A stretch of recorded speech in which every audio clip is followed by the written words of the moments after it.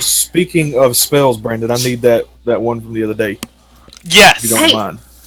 Um, yes, we're gonna handle that in session. Oh, okay. All right. I You get Yeah. some of just that need to know black which spell market. slot I need to put it in. Get some of Okay, that before black we market start, spells. can I ask a question? Yes. No. Oh, I I'm don't. sorry, you I can't. Tim said you can't. I apologize. shut up, Tim. Well, Nobody Questions asked allowed. you. No questions allowed in this fucking channel. Um, I just don't know what third level spells to take.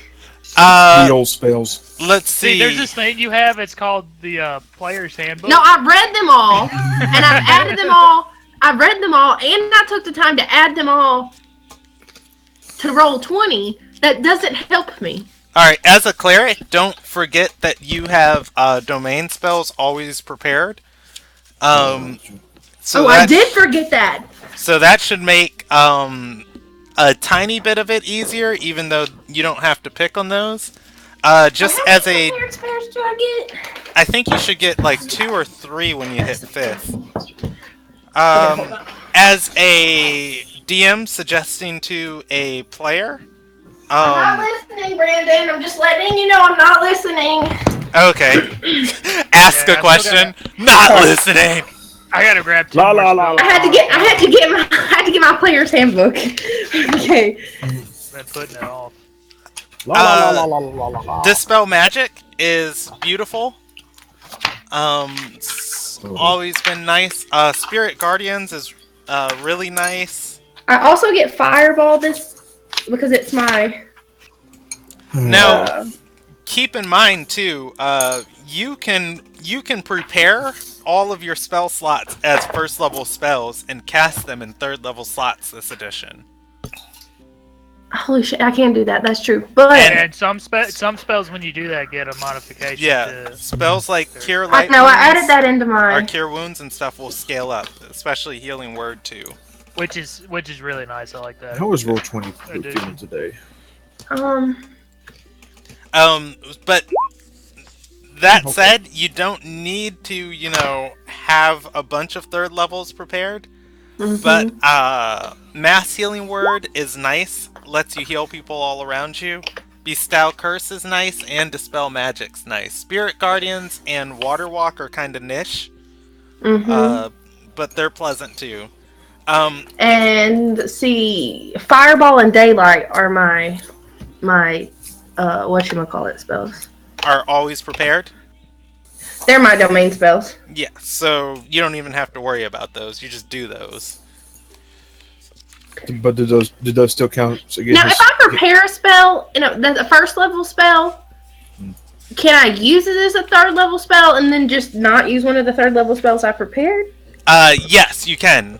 Okay, so it doesn't have to be prepared as a third level. It just has to be prepared. Yes. And this edition, if you only prepare, let's say you prepare one spell as Cure Wounds, you can use all of your spell slots on Cure As Wounds, and it's not ended out of your preparation. But anyways, your that's light. So yeah, Daylight and Fireball.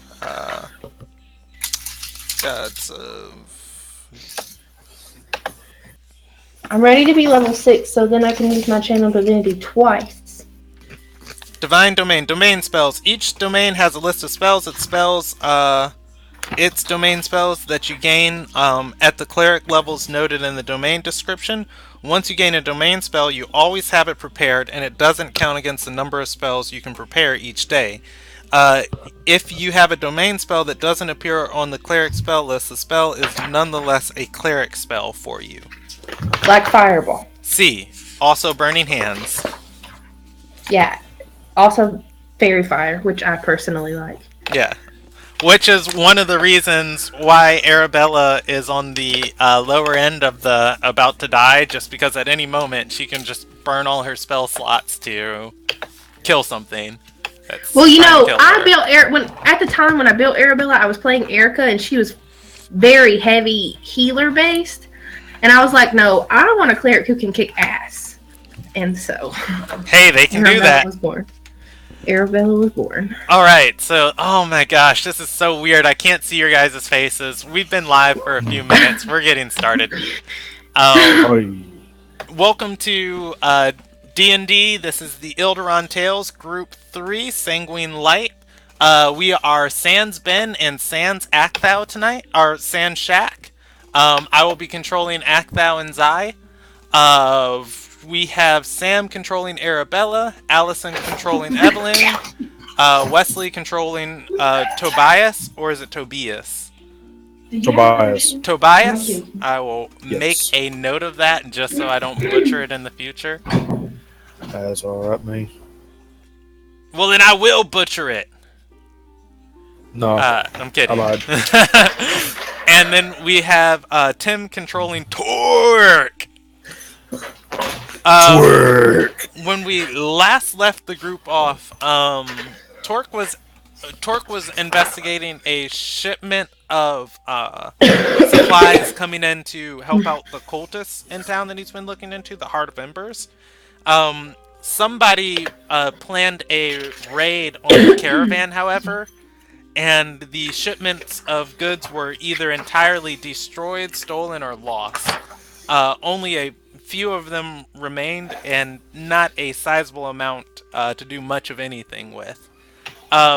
With that, though, Torque did have the name of the noble supplying the goods, and while it may be infeasible to try and track down another one of these shipments, as it will probably be a few days before he prepares another one to come here, Torque does have a general idea of where to look for him. Meanwhile, the rest of the party back at the house, including, Evelyn's at the house, is debating the merits of going to Ardor, the capital. Well, first I still had to introduce the guy to her, and then The we had guy. to get to that. I can't remember his name. Oh yeah, we did leave before introductions. Tobias. Yes, so a new member joined the party last session.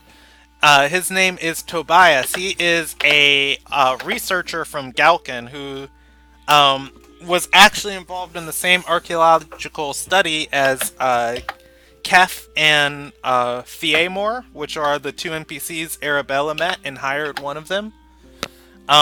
And Evelyn actually met him while she was living in Galkin. But yes, she has brought him to the manor. I think that's as good of a spot as any to pick up. Sounds good to me. If I'm not mistaken, or go ahead. No, go ahead. I was gonna say, if I'm not mistaken, like we had all just like sat down in like the dining room or whatever, and I was about to introduce, and say like why he was there.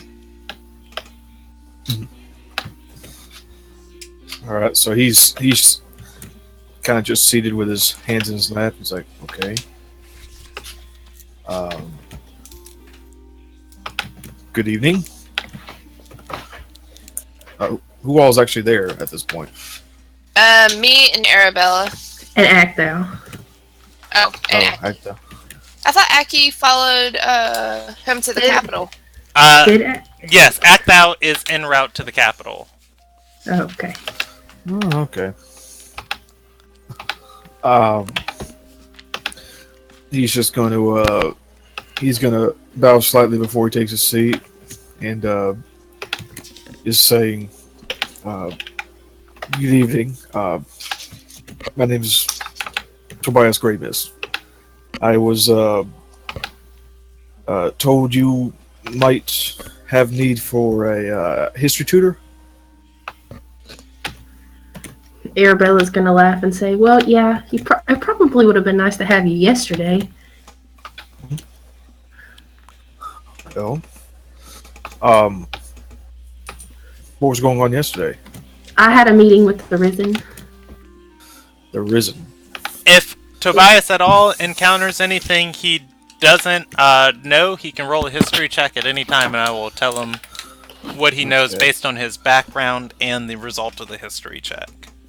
All right. Well, we'll go ahead and see how D20 feels this, or roll 20 feels this evening. 500. Ooh, that's actually really good. Ooh.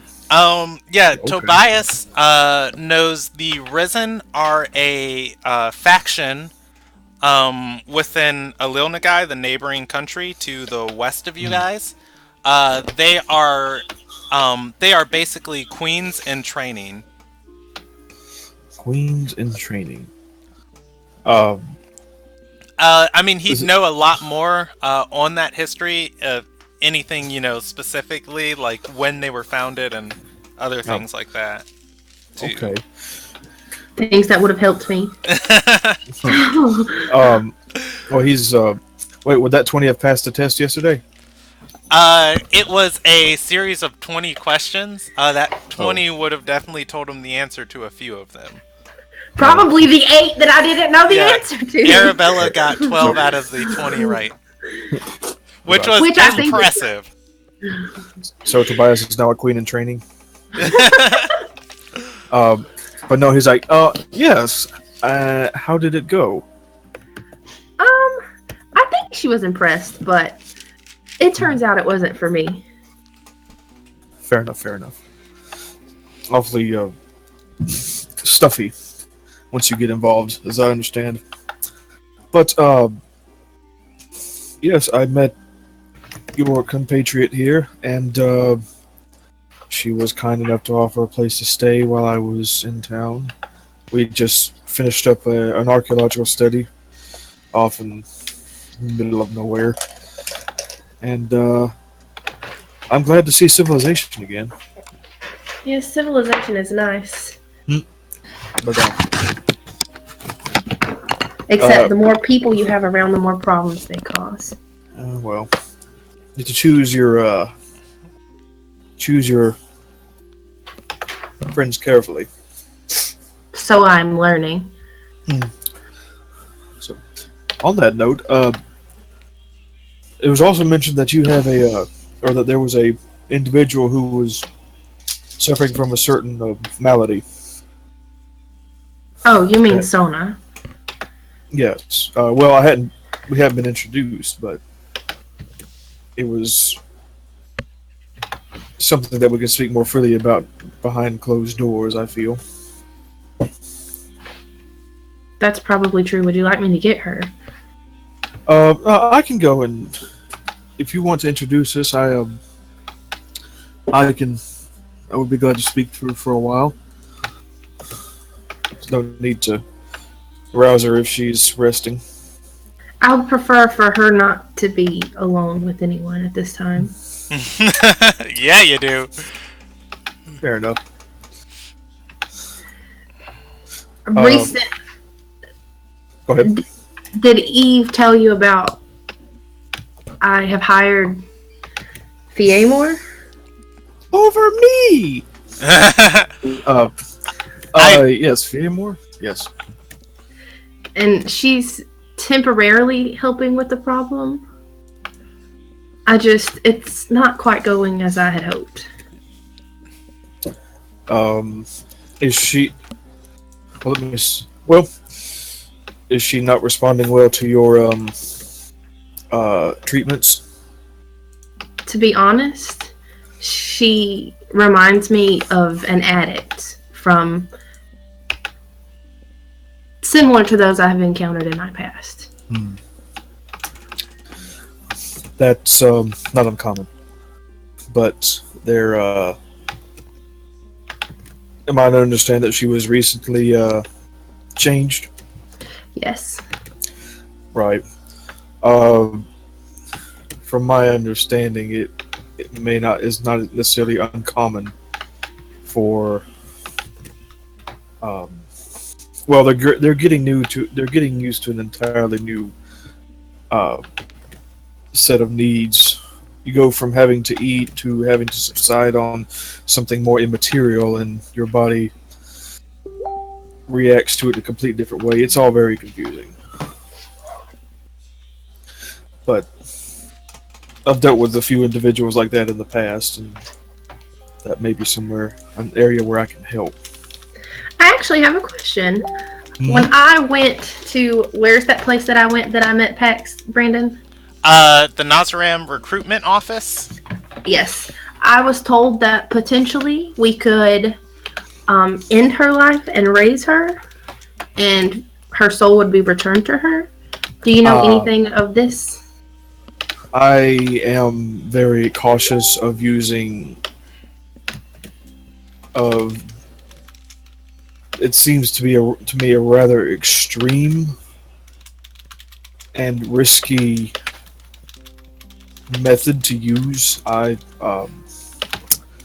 Seeing as there is no guarantee that once her soul has left this world, that it will want to come back. She seemed pretty determined not to die, and I'm just lucky that Soyesa has not yet required that I end her existence. So yes, sir. Well, also, if you're talking about her soul not wanting to come back, hasn't she already lost her soul? Is there a chance that no matter what we do now, her soul still won't want to come back? No. Well, that's another part of that's Something another something Tobias would know just right off the bat is when you become Terai, your soul kind of shatters and breaks and just kind of leaks out and disperses. So rather than when you die, your whole soul's transported to the next plane, when you die, you're just kind of droplets of everything across this world. And the resurrection would kind of pull all of that together. But yes, once again, it's a very powerful caster it takes to cast resurrection. Right. And he'll explain that, and he'll say, though, once coalesced, this soul may, once it's found peace, it may not choose to come back. And once that happens, it shouldn't be asked to come back again. But being a Terai, does their soul really get peace? Well, have you ever asked one? Well, Sona didn't seem too keen on the idea of not having her soul. Well, she is frankly an infant. She wouldn't know yet. And personally, I would rather not have very many dealings with. You'd rather not have dealings with the Terai? Yes. That's a common sentiment. Unfortunate, but common. Well, it's still a matter of ongoing research. There isn't a cure yet. Do you expect there to be a cure, Tobias? I expect there to be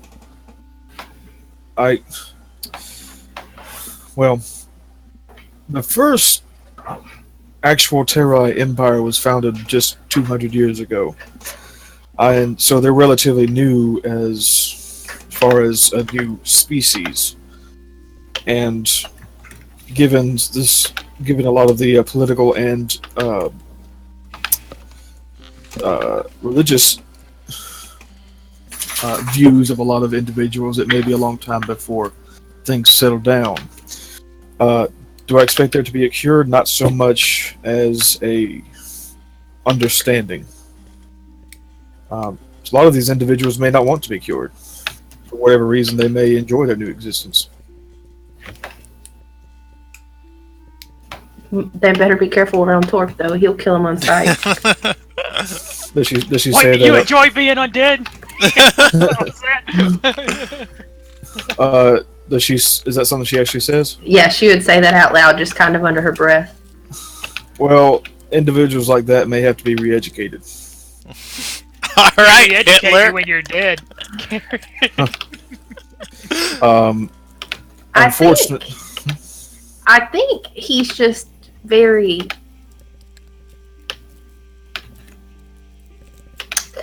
Devout. That's a good word.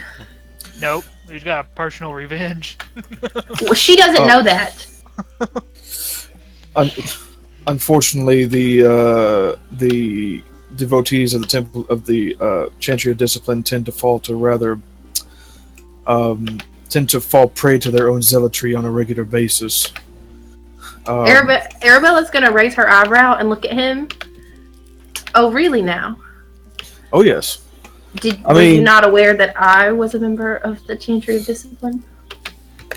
No, I was aware, but at the same time, as I have heard, as what's well, Little Bird told me that it's gotten so bad that the Chantry of Discipline may be having a hard time controlling their own people. Yes, I have heard this. So obviously, if they can't control themselves, then perhaps they need to rethink a few of their tenets.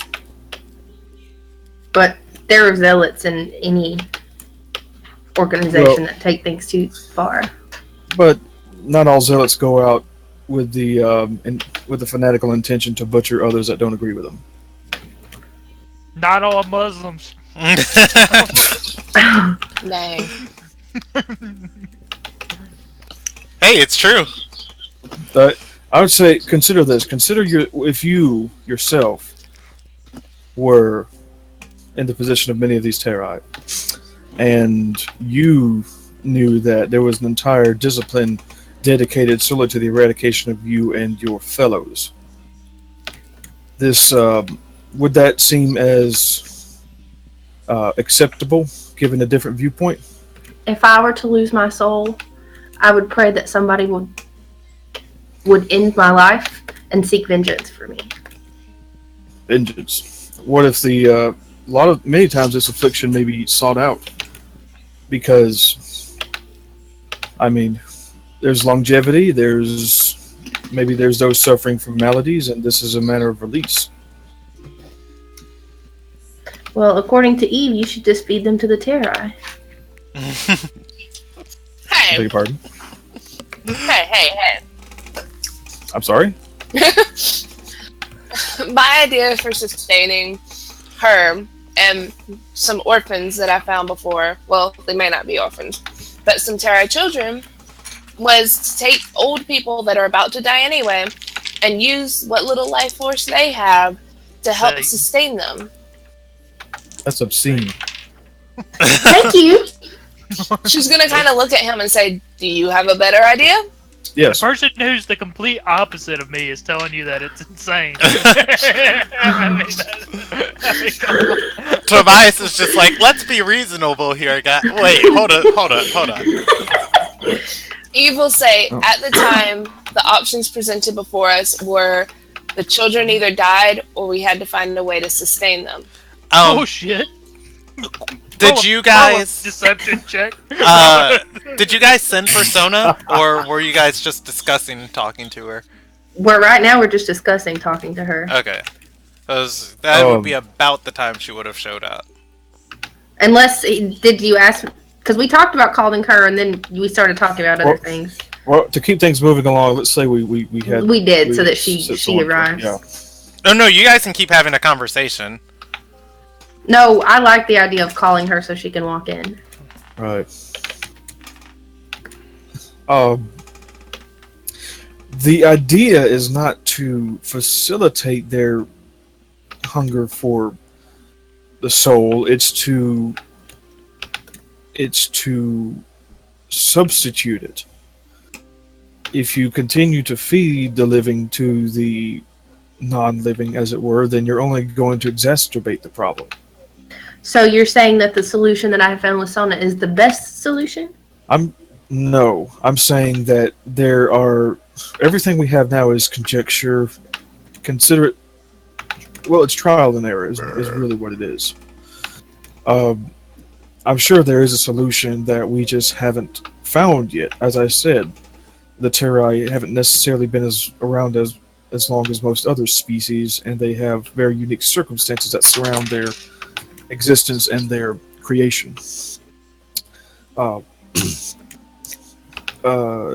it's We haven't had the time, or to be honest, they haven't had the time or the people willing to search for a better solution. They would rather just kill them. True. I just want to find a way to help, and I was trying to think outside of the box. It may not be the best plan, but it steps forward to something. And Tobias, for those who have chosen this lifestyle, could they not also choose to feed on others? What do you do with those individuals? As I mentioned to your friend, if you find an individual, whether unwilling or not, the best thing that you could do for them is to send them to the Darkened Vale. At this point in time, It is my understanding that not everybody makes it there. they don't, but it's the best. It's the best we have. Again, because nobody has been willing to. Granted, it's a terribly long journey from there to here, and it's expensive. However, it's not like as anybody has reached out to the Queen and asked, we would like to facilitate some means of transporting more of these territe to somewhere where they would be safe. No, if any of the territe stick their foot out of the door, they're shot at, as it were. There hasn't been any attempt, to my knowledge, of diplomacy between these two, between the Darkened Vale and anyone else. No one's tried. They have. They're just trying to survive at this point.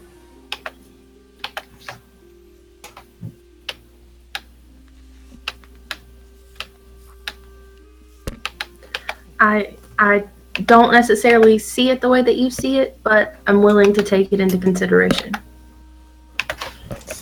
Well, you're already a step ahead of most people in that regard. But I will be honest with you. Sona is only alive because she's family. That's... I suppose that's fortunate.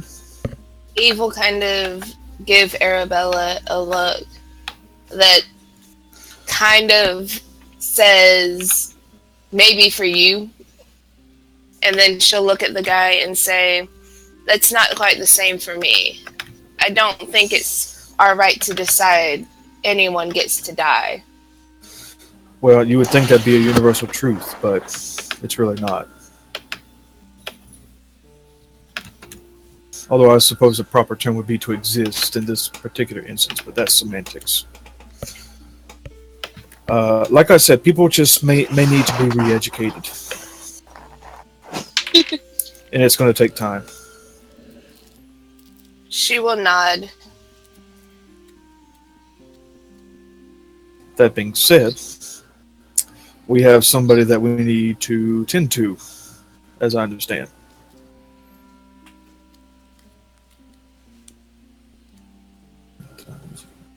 Yes, and she'll look towards Arabella. Do you want me to go get her? No, you do not need to be alone with her. We will send for her.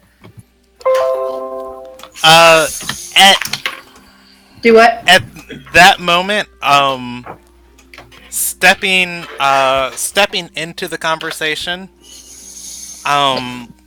you guys don't hear the door open or shut or at all to the room. Almost as if she was always here. Sona would say, "Why can't they be alone with me? Is it because I'm only alive because I'm family, and you don't trust me not to kill them?" She rolled a 20 on her stealth check to walk in. Eve will bow her head and see, and kind of like just think, see, this is why we don't say these things. Arabella will say, I never said differently, but I did save you.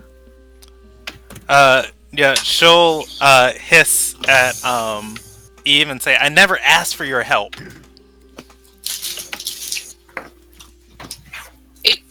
Eve will say, you didn't have to. Standing, I guess in this conversation of four now is Sona. I'm just going to show her character to you so I don't have to go through her whole description. Although she'd probably be better dressed than she's been dressing. Gosh, where is this? Oh, group 3 NPCs. There we go. The only difference now is across the left side of her face, she has a large tattoo. It is in a artisan script. And it says Yannin on it. Tobias being anything studied in history would know that that's old tongue for base.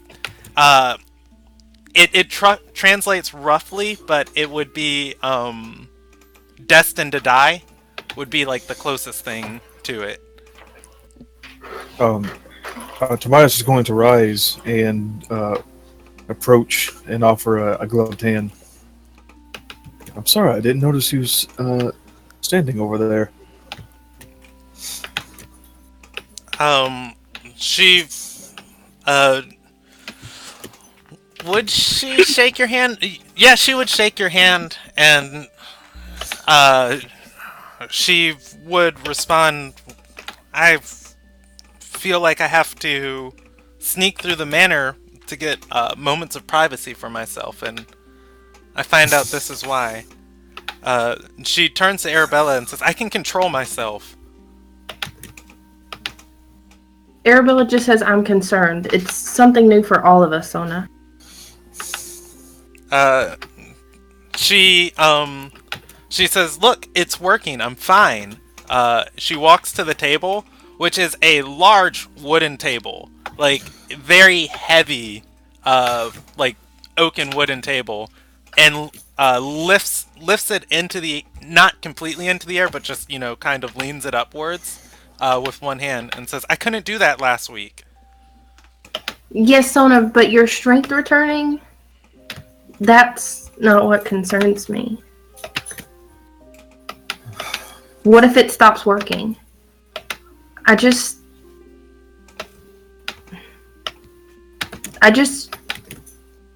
want you to be safe. She certainly seems able to care for herself at this point. She nods and says, look, I'm really appreciative for everything you've done for me, and I would be a fool if I said I wouldn't be here today if it wasn't for you. But you don't have to worry about me.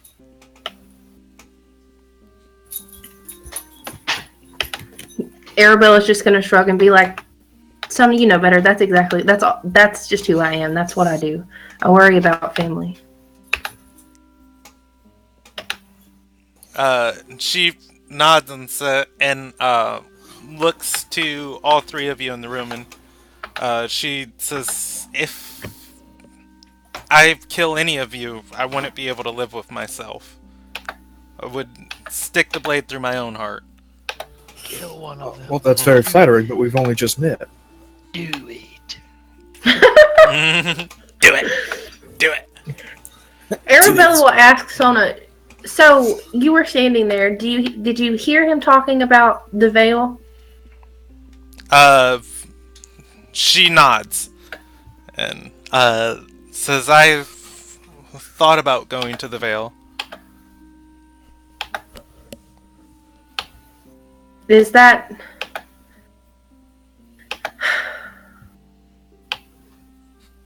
I don't know. I just want to do what's best for you. She shakes her head and says, at this point it's improbable. I feel myself at night get weak again, and that she'd probably cut herself off there and then instead just say, I don't think I could wander very far from Fiamore. Can I do Not an at least for insight more check than on a that? day. You can. That would be a 13.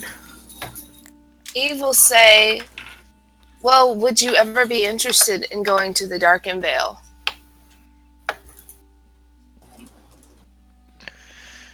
Let's Maybe see. at least until we could find a better way for you.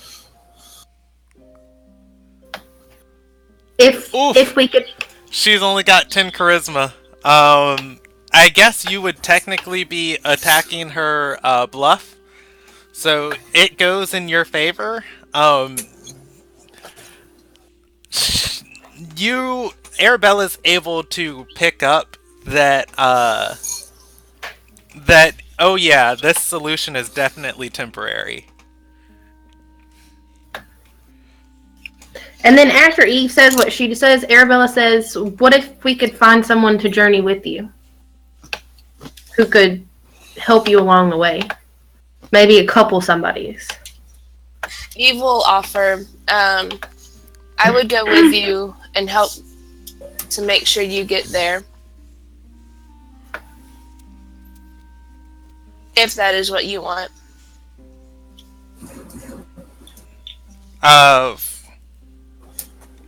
Tobias can go ahead and roll me a free intelligence check. Ooh, He I would like be those. very knowledgeable on this. Well, we'll see what the dice say. 21. Alright, yeah, we'll allow it with advantage. He would know that Terai can be sustained on magic as thralls, basically. However, they do become feral, and any time outside of the wielder's sight, they basically attack on without reason or anything. Right. He would also know that a Terai that hasn't eaten that's gotten to this point is basically on emergency power for about 30 days before that mindset's just permanent. That basically the fuel's empty and you're running on fumes at this point. Right.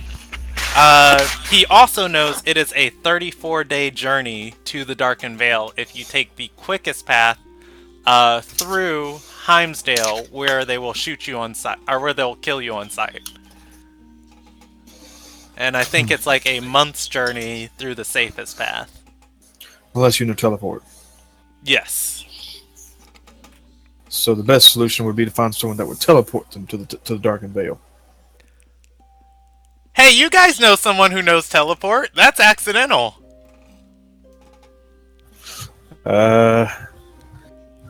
Oh, we actually don't remember Brandon because he never was able to use it. Wait, who are you talking about?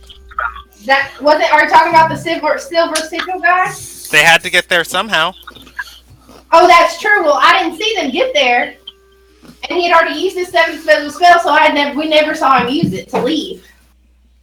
Yeah, but I'm just saying, this is all in Tobias's head, but just as a party, you guys know of a powerful spellcaster.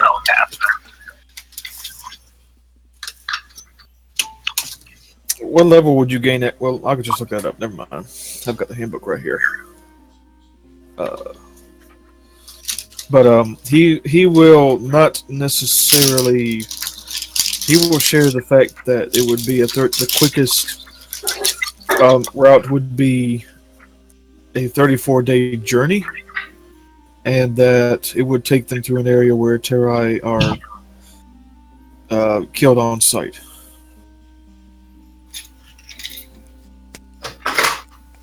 Unless, of course, you have someone that can teleport. Eve will think for a second and say, I can see if I can call in a favor with somebody. but I'm not sure if it will work. Well, you would be asking this person to teleport to the Darkened Vale. Exactly, and they kind of already saved my tush once. Yeah, they did. But it could be the best shot we have. We'll give it enough time and research. I would be able to use such a spell, but it would take more time than we really have. Tobias, do you know of a teleportation circle in the Darkened Vale? Would I know that, Brandon?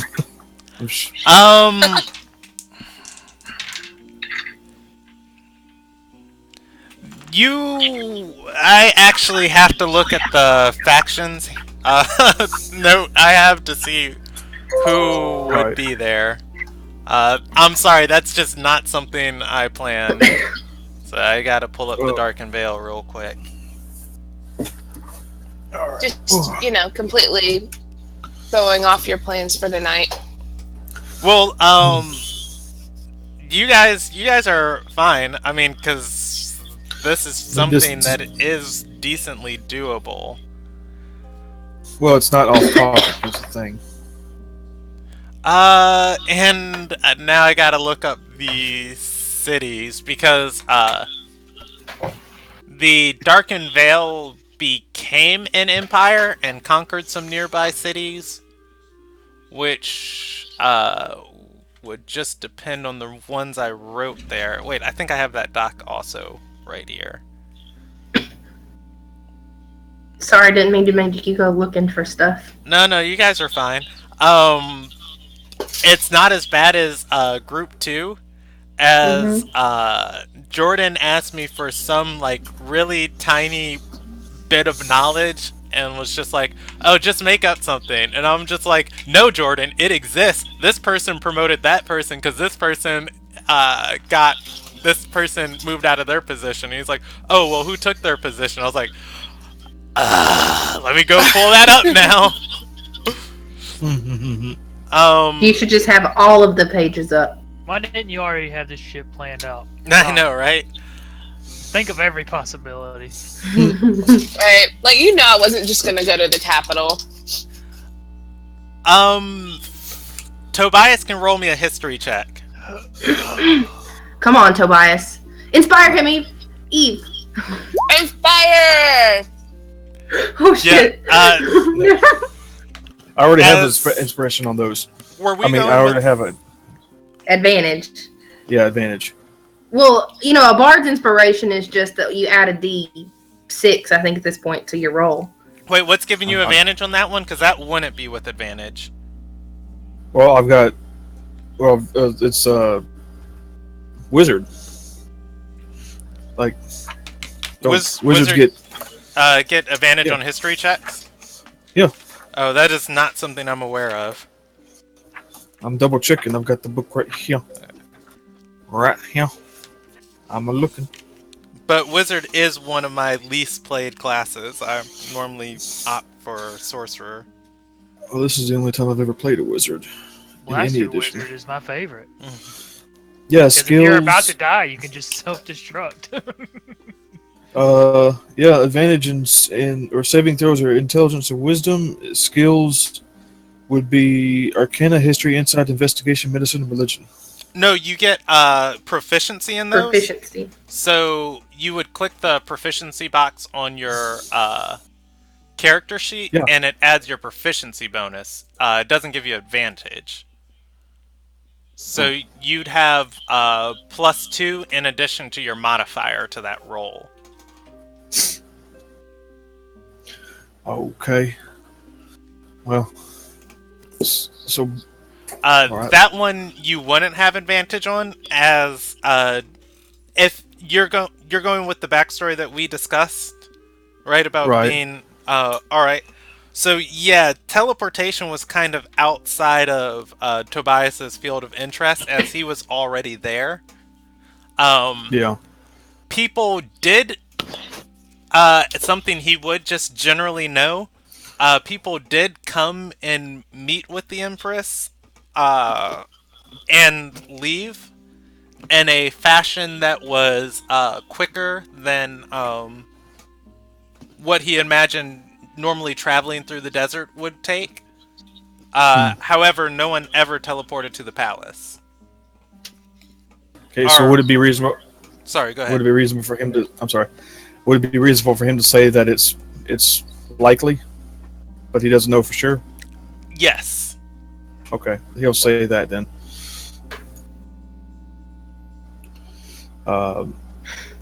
Yeah, he was just like, I believe so, but I'm not 100% sure. I didn't see them with my own eyes.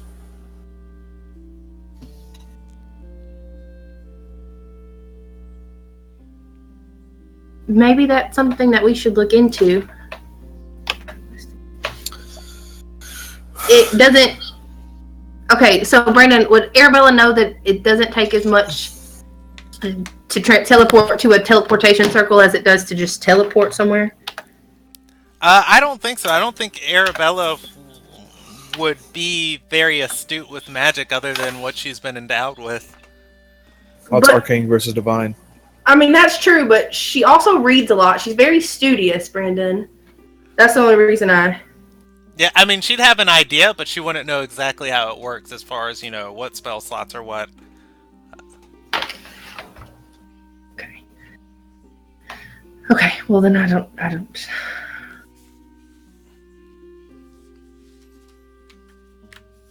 I mean, she knows, definitely that, some people came and whisked Lilfear away, and, it seemed to do that pretty much with ease.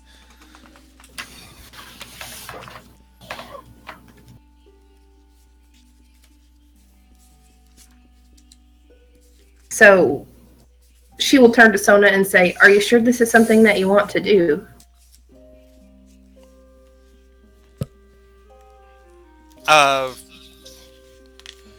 Sona is going to look at you with a very shifting expression, kind of through like shock, anger, resolution, and then she'd say, "I don't know. I'm grasping at straws at this point, just to survive. If that means throwing my life halfway across the world, it's not something I want to do, but if I have to, and if it means that you can live safely, that's what Arabella was going to say. If you can live safely without having to harm people." She's going to turn and look at Tobias and say, "And you've been to the Vale before?" Yes. And she says, "It's a barren desert, isn't it?" Tobias would know it's built on the ruins of another civilization. What they've done there is they've built a life for themselves that they couldn't have anywhere else. It's not the grandest, most opulent city that you've likely ever seen, but it's safe. It's the only place I fear that Atera can be truly safe. And Eve will give her a kind look and say, "Remember, this is a temporary solution. We will look for something more permanent." And then can I roll... She says, the Veil is a temporary solution? Yes, but of course, until we can find a way to get her soul back or get her to somewhere a little less desolate looking. And I was going to try and roll persuasion. You can go ahead and do that. At 12, that 12. Yeah, she's going to say, "I can't just stay with Fie more. I very much like this arrangement right now, but Miss. Did he ever catch her last name? It's Her last name? Tolls. Yeah. Well, no, She's my cousin. Yeah, you're at the Toll's The- house. Oh no, but I was just wondering if Tobias would ever caught that. But Well, she told Arabella introduced herself with her full name, No. and Kef. she told you that Sona was family. Yeah. fair Kef enough. told you too when he was like, "That Toll's woman hired Fiamore over me." He's going like, Miss Tolls. He's gonna kind of, or you're gonna see his head turn a little bit. He's like, there are sensitive details to that arrangement that you may not be aware of now. That we would likely need to discuss. So let's discuss it. I mean, with her. As I mentioned, there are sensitive matters. Unless she's comfortable discussing them in front of everyone else. She looks to you guys still confused and says, "I'm telling you, I feel great." I understand that, but there's more at work here than what may be immediately apparent. Eve will look at Arabella and say, "Why don't we give them a second?" Arabella will say, no, I'm doing what needs to be done to save her life. I need to know what's going to happen. You But really maybe don't. maybe she needs more information for herself, because ultimately it's her who decides, not you.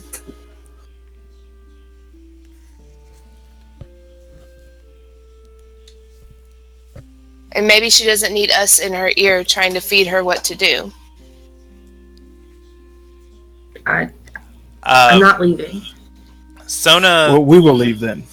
Yeah, Sona says, "Well, even if you feed me information into my ear, it's not like I'll And listen to you the whole time." I feel it's appropriate to disclose what I'm going to tell you isn't opinion, but it is just facts that you need to be aware of. And you say that to Sona? I say that to Sona, yes. She looks around the room again and says, "Well, I really have no reason to be as rude as I've been to these two. They've tried every step of the way to help me. Is it anything that dangers them?" Potentially. She bites her bottom lip and says, "Tell me." Very well. Arabella will get up and walk to Sona and kind of like take her hand and just say before he starts, we'll figure it out. We'll find an answer. Okay. The arrangement that you have with Viamore is not only temporary, but it's potentially dangerous. Feeding off of spell energy like you have will you will in time lose your autonomy as a person. You will be unable to stray any distance from her without the risk of falling into a feral mindset. And if you were ever to lose contact with her, you would risk regressing to this mindset, and if enough time passes, you will forever be little more than a hungry beast.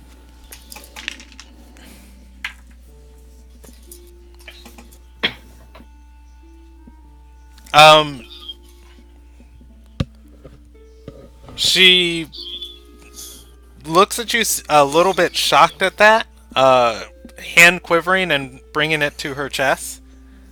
And she says, "Is that what I'm still feeling every night?" Yes. If she gets her eyebrows furrow, and she says, "You don't know what you're talking about. It's working. It is. I'm telling Ma'am. you." Miss Tolles, I do. I do know what I'm talking about.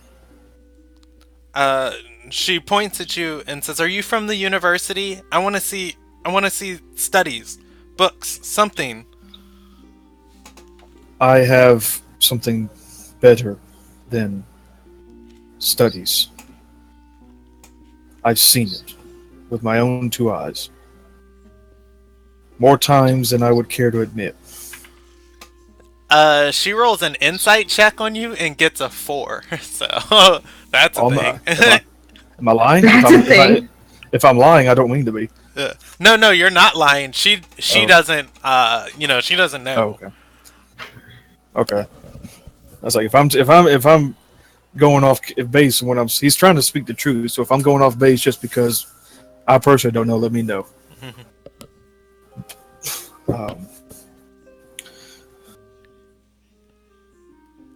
It sustains you for the time being, but it's not going to sustain you for any longer. I wouldn't do it more than a month. The sooner sooner a solution is found, the better. Because there may come a point where you don't want to leave. Sona Or you don't want to find a cure. crosses her arms and exhales and closes her eyes, then says, "It gets worse every night. I don't imagine how anyone could stand this for a month. Sometimes I find myself sitting at her door, just waiting for her to wake up." So you see where I wasn't misleading you. You already know. She looks you in the eyes and says, "It doesn't mean I want to believe it." I understand, but I'm not going to insult you by telling you anything false. Even if it's difficult to hear.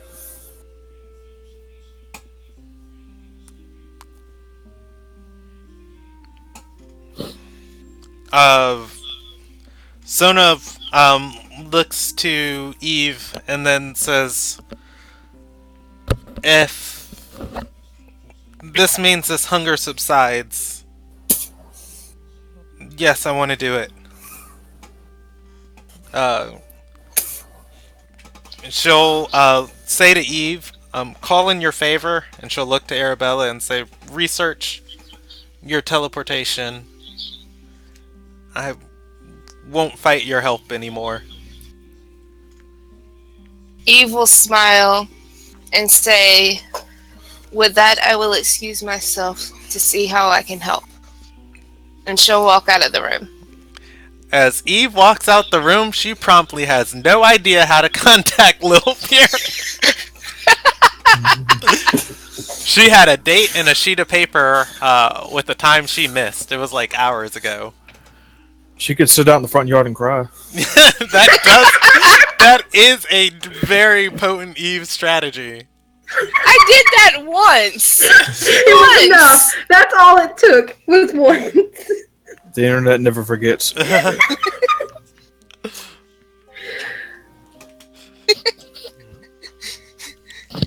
Jeez, if it's not me crying, it's me killing old people. Make up your minds. Which one are you going to get at me for? Nope. Both. Both.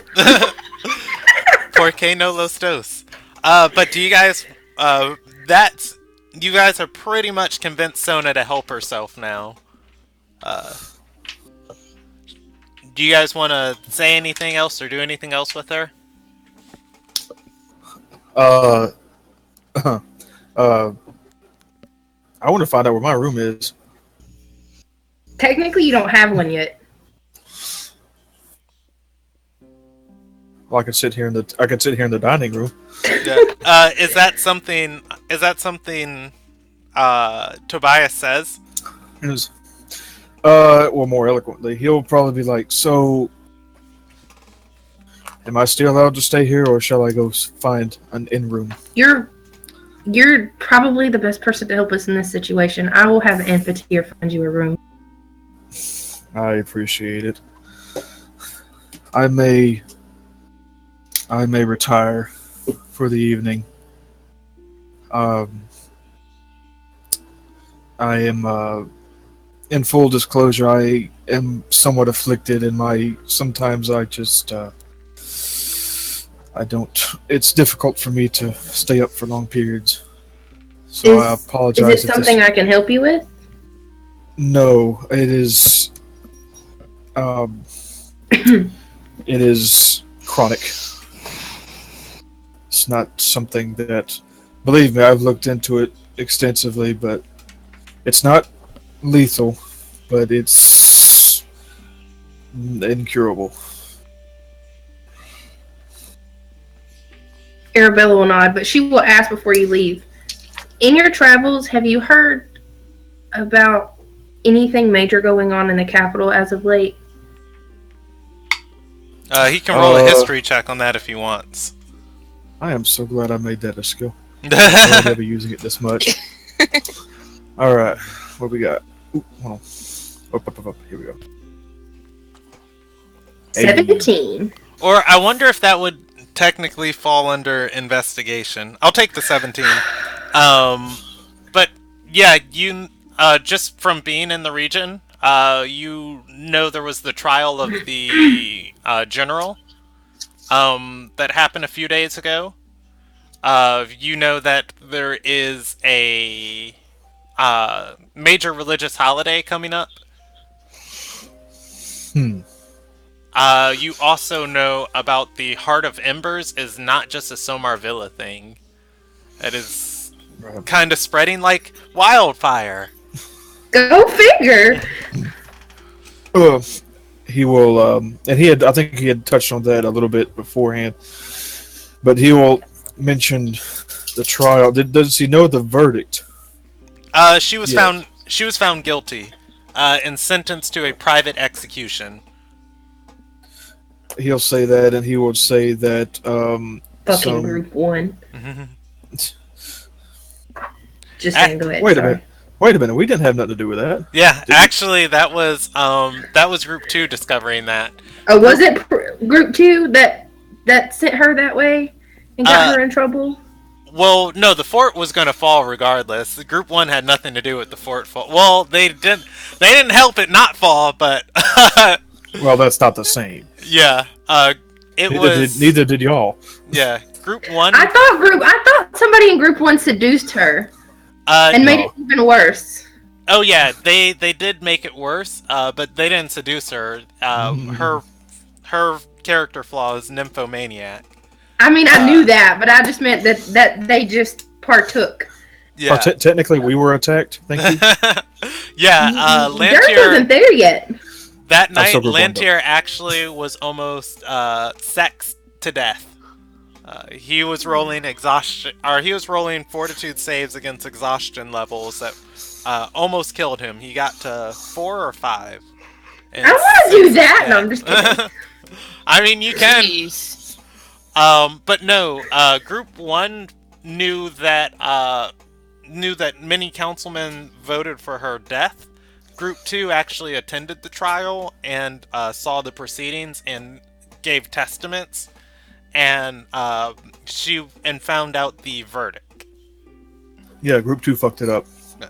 Well, actually, no. I suggest anyone very invested in the story definitely go back and watch Group 2's last session as JD. Yeah, JD gave a speech as Tristan that I was like, can I just get a minute to go grab some tissue and cry? Like, wow, that was freaking inspiring, man. Wait, I'm the DM. I have to respond to that. Yeah, I was wondering why you even made him roll for that one. Yeah. I wouldn't have made him roll for that one. I was trying. I'm trying really hard to stay out of what they do so that I don't meta. Yeah. And we'll get back on topic here, but just my decision as a GM for that was I had already determined it was a successful event, and that people were affected by it. And the role was just for if any more were affected by it. And if so, how many more? So it made an impact, and then he just had the chance to kind of crit on the impact. Right, I got you. But no, he'll Sorry, I didn't mean to her, get off topic. But he'll tell her the trial and the verdict, and about the he'll say that the fanaticism within the Chantry discipline has spread to the capital, and that. Well, he doesn't know many details besides that, and I feel like if there's a major holiday coming up, that she would be aware of that as well, just as a. But I'll talk about that anyway. Arabella will just nod and say, I'm just concerned. Somebody that I care for deeply is in the capital, and somebody I have potential of caring for very deeply is headed there as well. Well, the only real threat right now, as I said, is the Ember Hearts getting out of control. Arabella's going to scoff at that and say, in a place with that many important people, there's always more trouble than zealots and fanatics going on around. Well, that's how epidemics spread, is no one pays attention to them. But if we can figure this out with Sona, would you be interested in going to the capital? I have perhaps not immediately. I have one small article of business that I have to attend to while I'm here in this area. But that shouldn't take more than half a day. But after that, I don't have any pressing need to be elsewhere. Arabella will just nod and say, it'll probably take us more than a half a day to figure out what's going on with Sona. Well, then very well then. But I may be unavailable for the first half of the day tomorrow. Maybe longer depending, but I should return forthwith. Alright, we're gonna jump over to Torque real quick. What's Torque doing with this information he found out about the carts and bombs? And almost getting himself exploded. Well, I mean, like, all he's got right now is that there's some asshole in the Capitol funding him named Elican, and he's got a journal he needs to get fixed. So I guess while they were talking, he'd be heading his way to their little house to see if he can't get Arabella to fix it. Okay, and we said you were on the north side of town? Shit, I don't remember. Yeah, because the cart was coming in from the capital. So, you'd actually probably be coming in, you'd probably be coming in somewhere, like, halfway through that conversation, but since I didn't inject you, we're just gonna put that Torque would be arriving about now. Oh, and how many of those explosives did I save? There were 12 6. of them, and you landed on 6 that you fractured, so you have 6 that you didn't crush. Nice. We got 6 bombs, I guess. Hey, buddy, here's a smoke.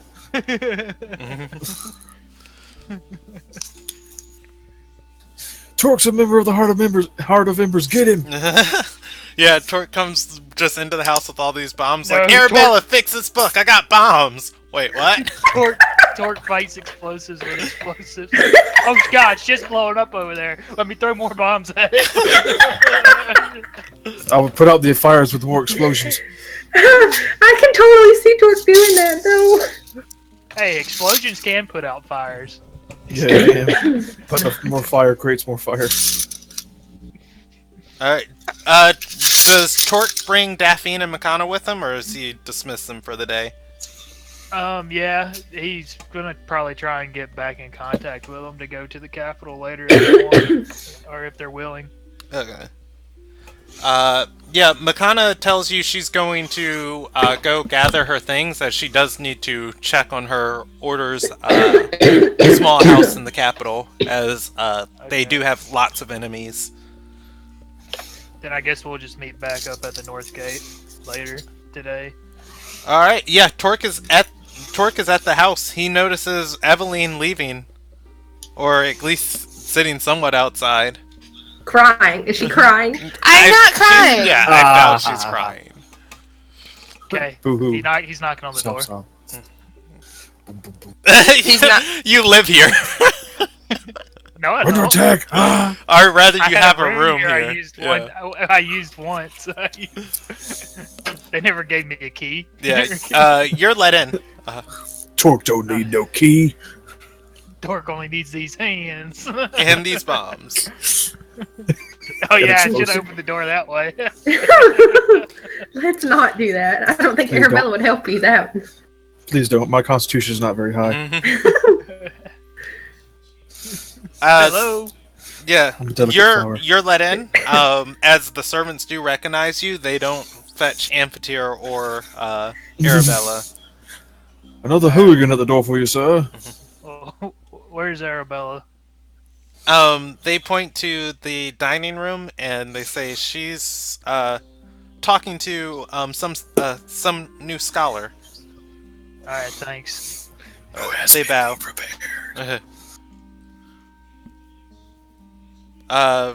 Hey, Torque enters your guys' room. I figured that he was leaving. He was walking away.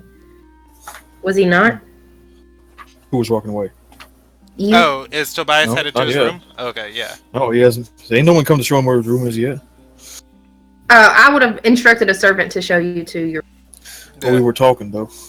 Oh yeah, I know. Torque gets there as your guys' conversation finishes up. Standing before you is a half-orc and what's Torque in? Half-plate? Chainmail. Oh, chainmail? He wants half plate or plate armor, but that's Does he that's like does he have an Stupid adventuring expensive. bag, or is he just carrying all these bombs in his hand? nah, Mm. he's got like a bag and a fanny pack belt. All right. I like yeah. Torque more and more. He's like Adventure Dad is on the scene. And yeah, he probably has a crest of his religion, red and yellow sword, Well, hanging up, shit. looking as a upside down cross. Rocking that fanny pack like it's 1993. He's got shiny red boots. And Shiny red he boots. shines them every day, so they're even brighter. With Terrar blood. All right, and he's gonna look right at Arabella. Can you fix this? And he pulls out a burn up journal. Arabella will take it from him and look at him and say, "I can surely try. Where did you get this?" It's my diary. Roll me a deception check. Can I roll an insight check? You can.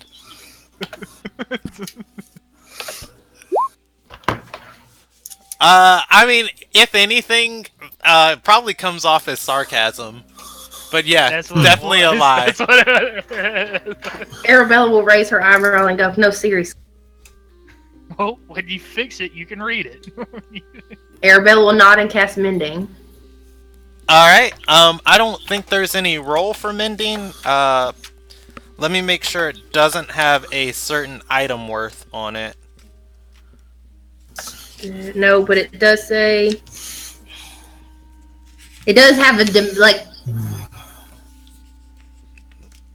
Let's see. Mending, this spell repairs a single break or tear in Break an or tear object, an object you such as a touch, broken such as- chain link, 2 halves of a broken key, a torn cloak, leaky wine skins.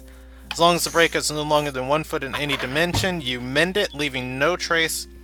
This spell can physically repair a magic item or construct, but the spell can't restore magic to such an item. Yeah, the mending goes into the book, and some of the pages do fix themselves, but you don't feel like the magic you possess is potent enough to completely Well, you told me fix it this would book. Fix it last time, you liar. but some of the pages are readable. Could I cast it again to see if it does anything better? You can go ahead and try. I would be more than willing to try. It's a cantrip. You spend another 6 seconds casting it again on the book. It has a very, very tiny effect, as magic's kind of already stretching it to its limits. It doesn't get discernibly better. Arabella will flip through the pages that are readable and try to just skim them.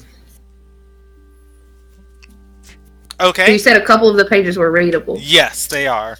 And Torque gave her permission, so... Arabella would,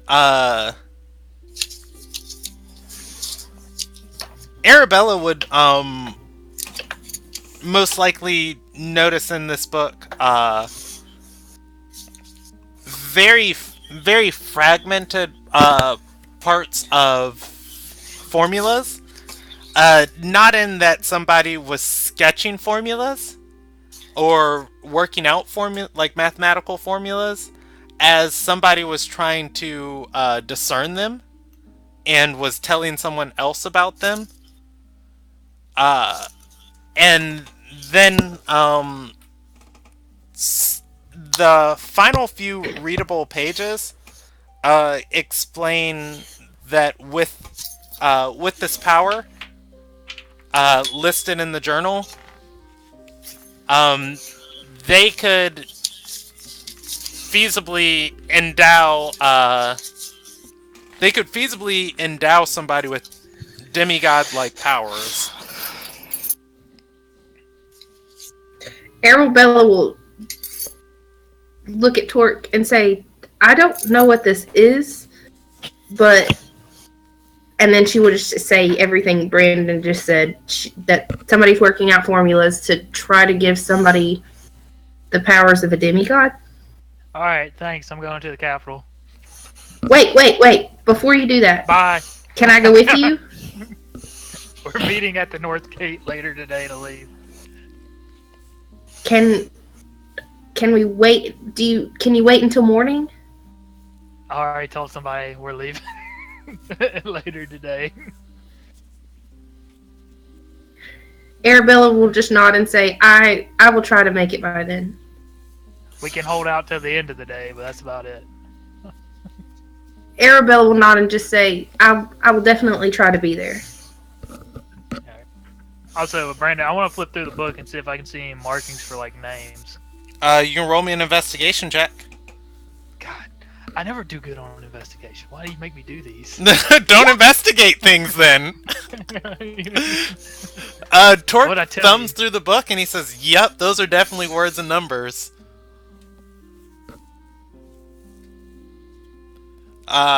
Torque at this point kind of begins to wonder if he's dyslexic.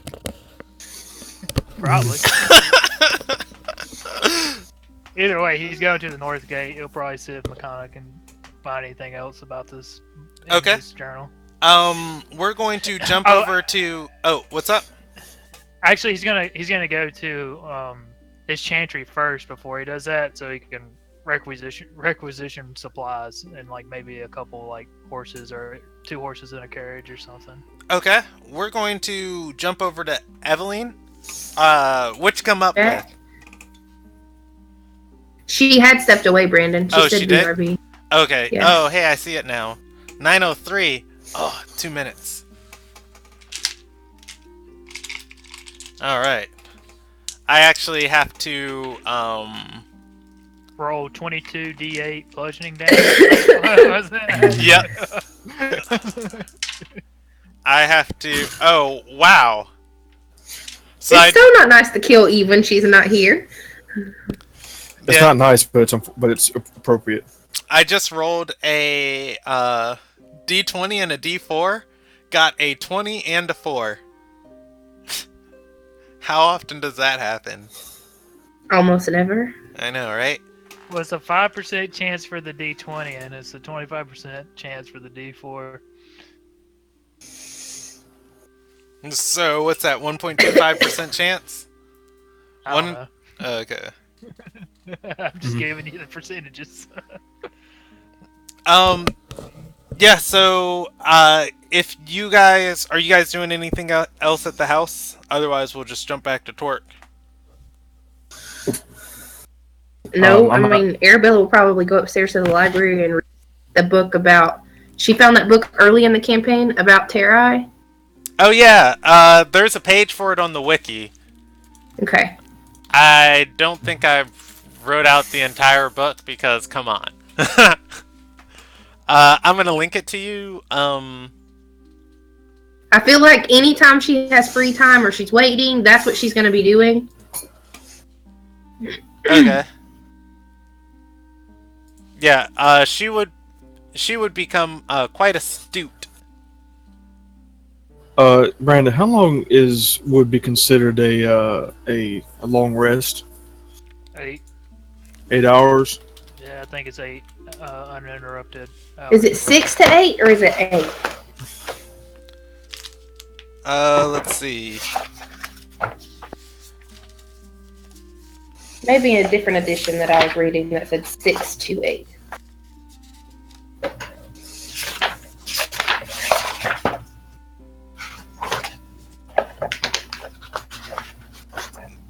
Long rest, what time... see resting. Great. Thank you. Helpful. I'm pretty sure it's 8 hours, and you can't be interrupted for more than like 2 hours of it doing light. 186. 186, long rest. A long rest is a period of at least 8 hours long, during which the character sleeps for at least 6 hours and performs no more than 2 hours of light activities such as reading, talking, eating, or standing watch. If the period is interrupted by a period of strenuous activity, at least 1 hour of walking, fighting, casting spells, or similar adventuring activity, the characters must begin the rest again to gain any benefit from it. Okay. Dun, dun, dun. So you can walk in 30-minute intervals. Okay. What time is it currently in the world? It is the morning time. The morning. So it's like early morning? Yeah, it's right before midday. Or probably actually, it would be hitting midday. Okay. All right. I was just checking.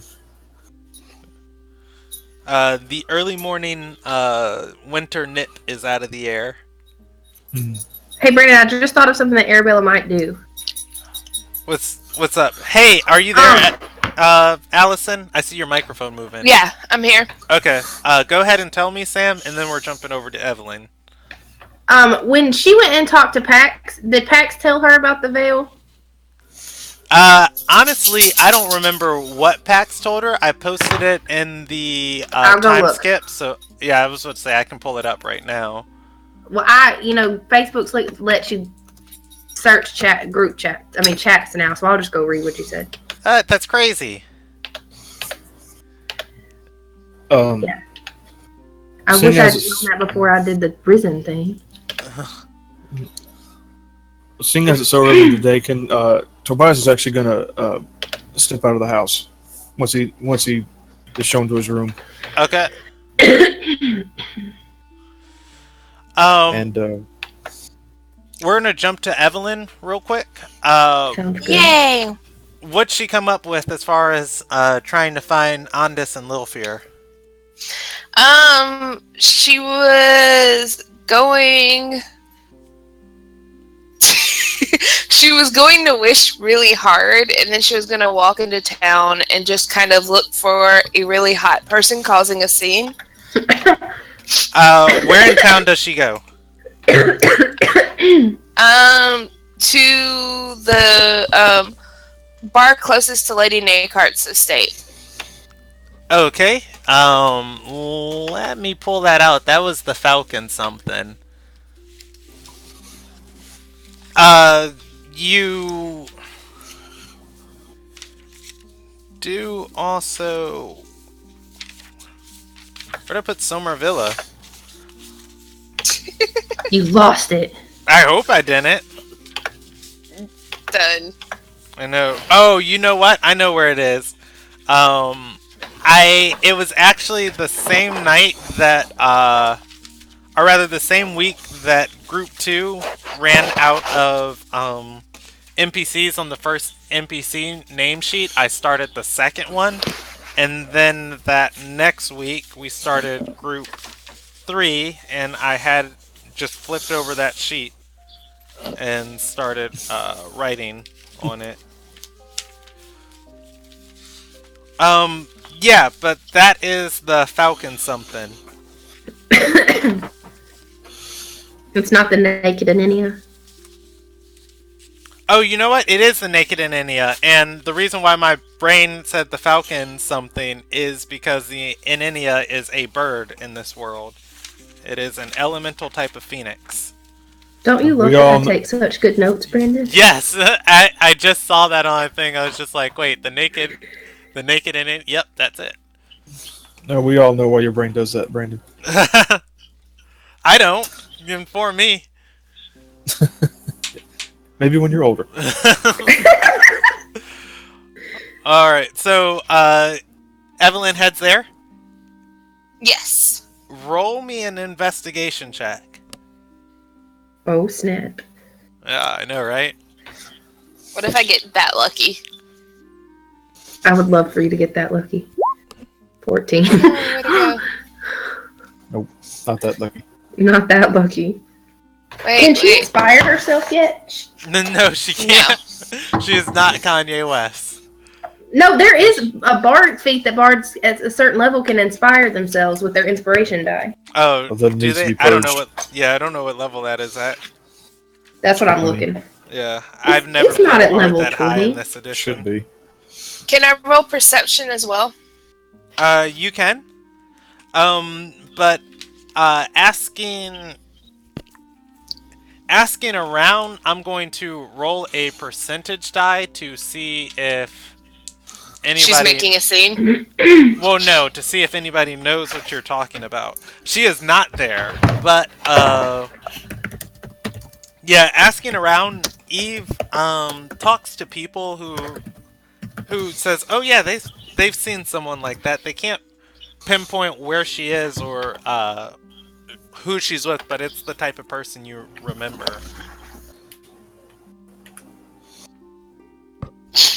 So it's 14th level. At that point, Eve is gonna take out the piece of paper and head towards the location they were supposed to meet, I guess. Okay. And keep an eye out on the way to see if she sees any signs or notices, like, anything that would hint that Lilfair had been there recently. It's not far from the center of town to the destination on the sheet of paper. It actually leads you to the north side of town. There's a bit of burned wreckage here, and a turned over cart, and there are people working to clean it up. Oh Lord. Eve will ask the people if they had seen her. The people cleaning, well, are you just asking one of the random people cleaning, or you want to ask anyone more astute? Because the people cleaning would be like, nope, I get paid to scrape poop off the, yeah, road, someone but, more you know, astute. this is a around. great day, I get to pick up ashes. Yeah, someone more astute. Pretty much gonna say, you know, what happened here? You'd be able to talk to some, as it is a small marketplace, you'd be able to talk to some, a merchant, perhaps like, rearranging their, kiosk, as it was kind of a chaotic event. Maybe some guards in the area doing extra patrol. You want to go with one of the merchants? Yes. Alright, you're able to, talk to a...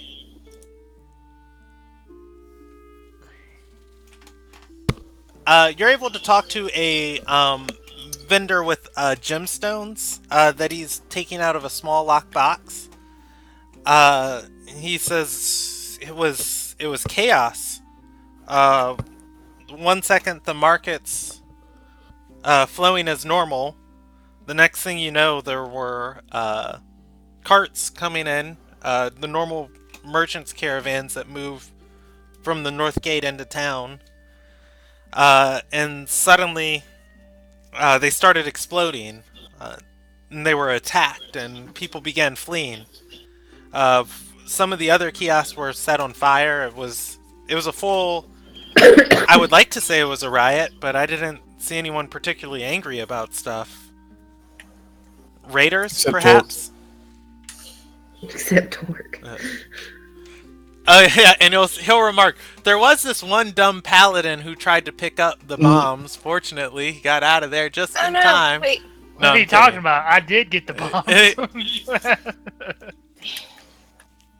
Evil just kind of looked confused. Like, what the hell is going on? She's not gonna say it, but she's gonna be like, what the hell is going on today?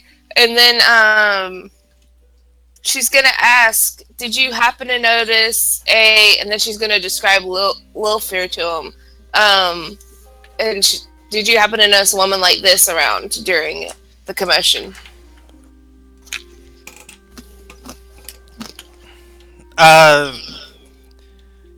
He describing Lilfear, he would say, "Oh, yes, actually I did. She bought a handful of cut gems from me before it all started." He was gonna say, did you happen to see which way that she went? He shakes his head and says, "No, she was dressed in tattered brown robes. She was a slave. Very pretty, but I didn't think she warranted paying attention to.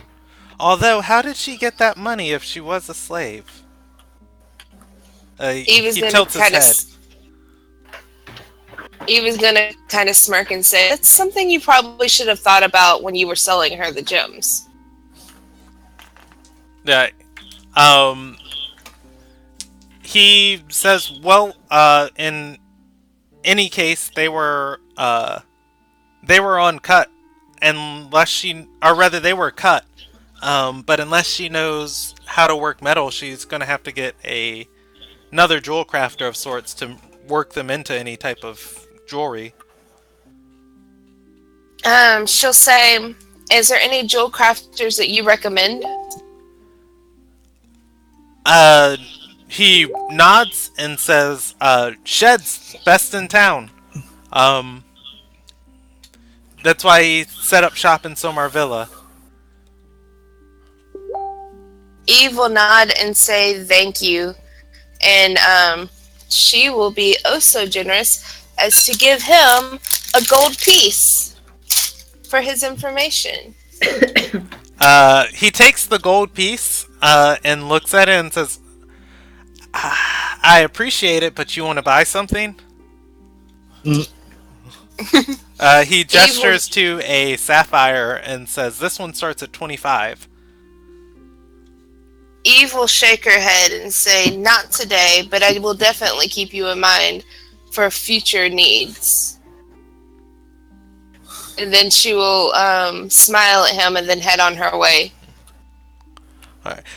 It takes everything in my fiber for when you guys give NPCs gold and items not to write down on an inventory sheet, "Oh yeah, cool, I just wait a second." It's like, no, you didn't get gold. Yeah, it's like, "Oh man, I got a gold piece, it's awesome." Like, I lean forward, like, "Wait a second, hold up, keep it together, Brandon." You're the GM, Brandon.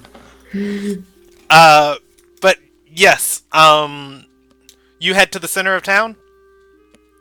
Yeah, I'm gonna head to the jewel maker that he said. Okay. Alright. Yeah, it's, he's widely requested, and it's not hard at all to find him, as he is decently near where you're at. walking into a shop, everything is in cases here.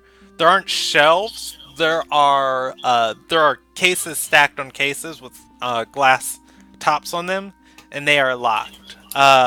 All matter of shiny apparel is here. So shiny. Right? Uh, Resist the ooh shiny. Must touch. How many people work there? There is 3 humans, dressed in not nobility or not the clothes of aristocrats. There are several aristocrats in the room. Okay. Does she notice Lilfear or anyone connected to Lilfear in the room? She can roll a perception check. Yeah, I don't know if she'd notice anything right off the bat. What did she roll? 13. Oh my god, I forgot that guy's name because I didn't write him down.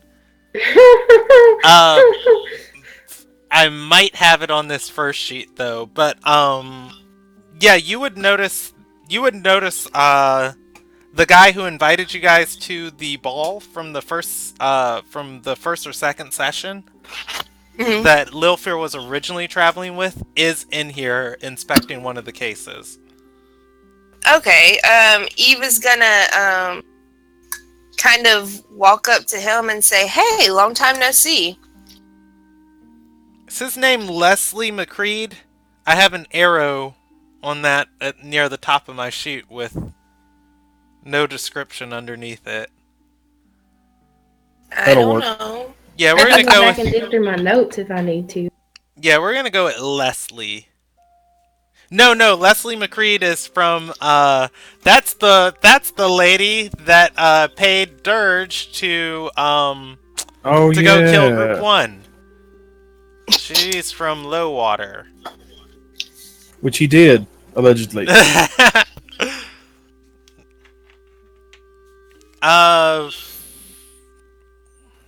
We're just gonna go with Kraylor. No, we'll go with That Kyrus. sounds We're familiar. gonna go with Kyrus Rykett. Okay. I was fixing to say Craigmore. Well, Kraylor's Steve and Kyrus is John. Yeah. I think I have it written down. I'm gonna go look. All of the penises. Okay. No matter what his name is, he was gonna walk up to him and say, "Hey, long time no see." I never did get a proper chance to thank you for getting us the invitation to the ball. When you say that, he says, really, it was nothing. I was coerced into it. Please don't talk to me in public. Yeah, he's gonna look at you and say, "Are you the entertainer for the tolls?" She will nod and say, "Yes, I am. I'm glad you remember me." He says, "Well, one tries not to forget a face, especially when it involves them. Very well, what do they want?" Eve will shake her head no and say, No. This is actually just me. They don't want anything, but I was hoping to find Lilfear. Have you seen her lately?" He grimaces at you and says, "The slave?"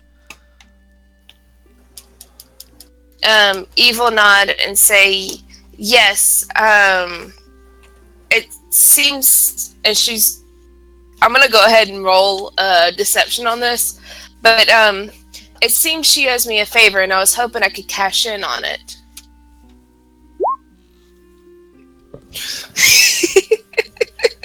He doesn't. I mean, I guess he will incite your deception. However, he doesn't at all seem concerned with your comment. He says, "Yes, the young hireling renegotiated her contract with my master. She's been staying at our house for only a few days. Eve will nod and say, "Do you know if she is there now?" He shrugs and says, "I keep my distance from that woman. She has a way of convincing you to do things that Yes, you do. I try not to get tied with anymore." Eve will kind of laugh and say, "You're telling me." And then she will say, "When you finish up here, would it be okay if I went to your manor with you? Then maybe I could look for myself." He nods and says, uh, if you have the gold, I could try and convince my master to sell her contract to you." Eve will tilt her head and say, "About how much gold are we talking?"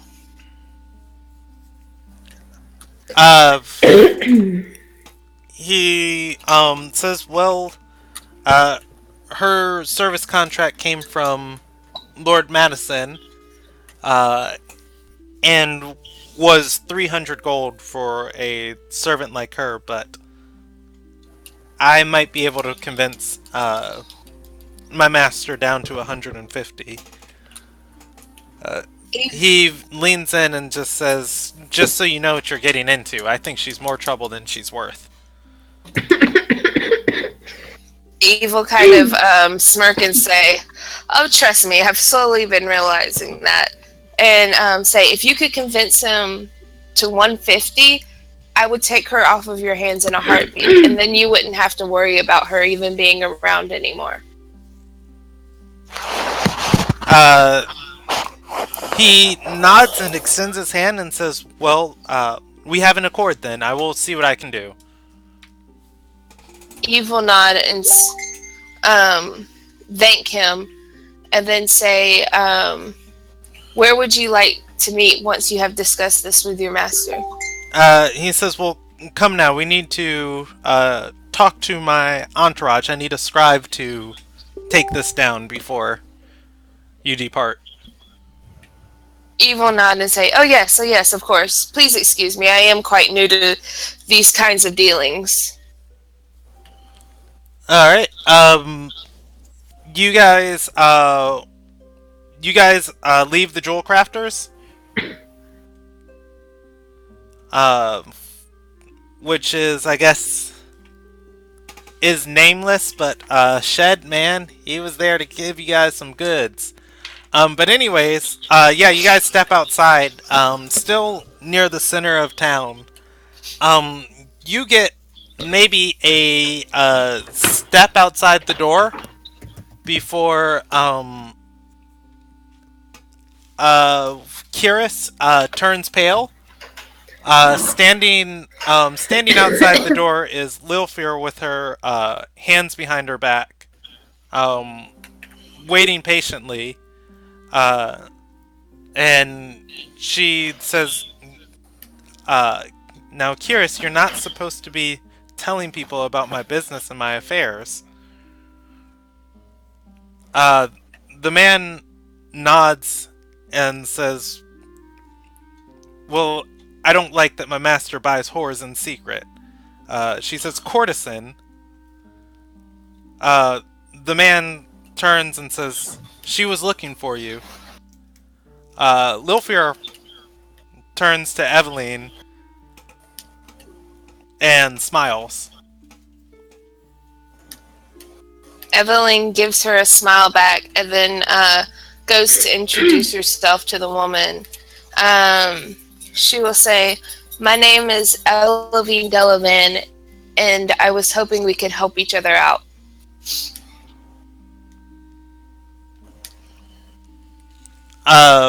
Lilfear raises her eyebrows at you, and turns to Kiris and says, "If it's all right with you, and she was looking for me, may I be escorted by her?" Kiris looks around and says, "Who brought you here?" She points to the entourage waiting near a horse and says, "A servant from the manor."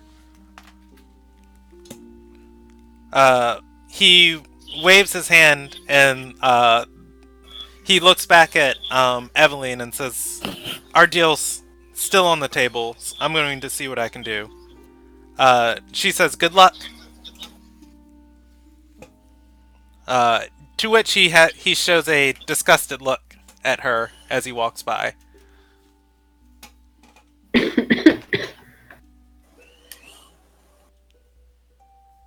Okay. Lil Fear is currently with you. Okay, I got a little lost in all that. So is he talking to the person I'm gonna buy her from right now?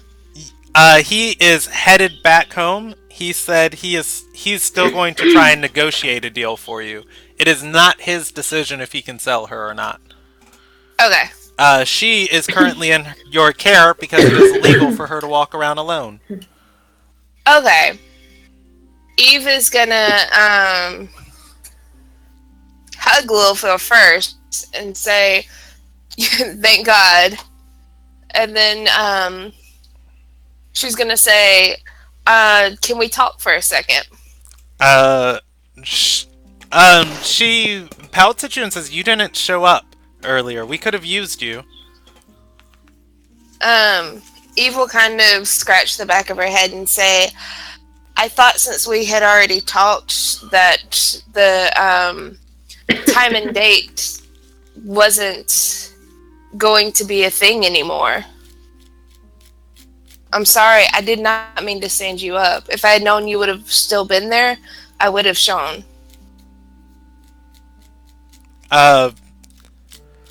She says, "Don't mind it. We improvised. Things went as they were needed, or happened as they were needed to." Eve will nod her head and say, "For your sake, I am glad. A couple of things have happened on my end, though." Gotcha. Thank you. Appreciate it. And she says, "And those things being?" Well, first, the man who brought me here, he is helping me in talks with your current master to buy you from them." She looks back at him and says, "He won't have very much luck with that." Eve will shrug and say, "But I can at least try." She says, "Don't bother. I don't go very many places I don't want to be." Eve will say, "True, but I'm still going to." And she'll kind of laugh. And then she'll say, "And the other is a bit of a favor that I have to ask of you." Lilfear moves her hands from behind her back, wagging her finger and saying, "Oh, now you need the help of the sigil." Eve will kind of grimace and say, "Yeah, some things may have come up, and I may be in more of a position to bargain some of my services."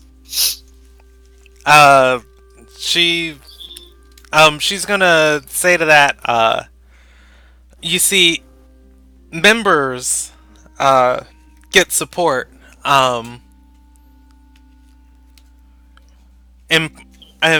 Members get support. Employees get benefits. But what can I do for you? First, Eve will kind of wink and say, "Oh, benefits, huh?" And then, after a second of that, she will say, "I understand, and I know it's a long shot, but I have urgent need of a teleporter. See, we are trying to take someone to the Darkened Vale, and we need it to be done as soon as possible. And she'll kind of nervously, like, twiddle her thumbs, but, like, try to look confident in her face. She's going to say, that tertiary tolls there. Eve will nod and say, "Of course you know." She says, "And you're trying to save her even when her father no longer cares?" Eve will nod her head and say yes. Why not? She's given me no reason not to.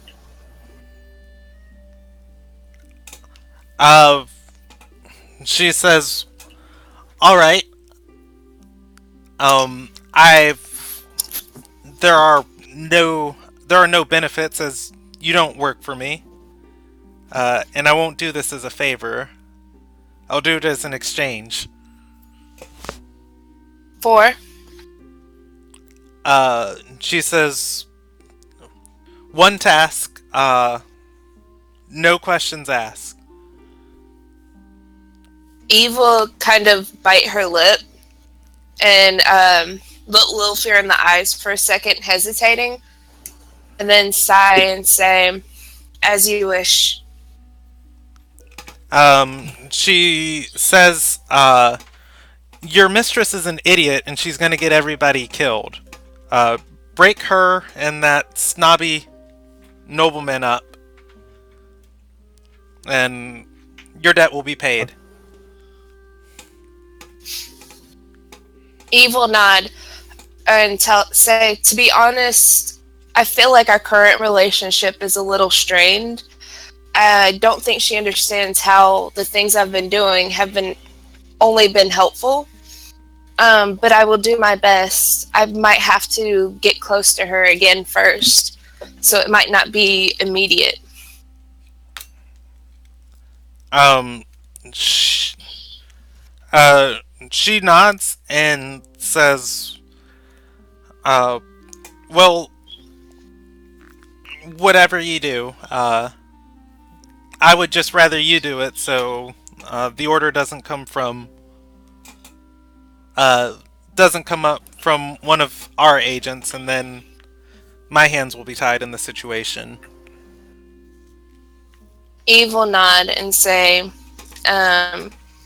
"I understand, and to be completely honest, I wasn't all too thrilled with their courtship either."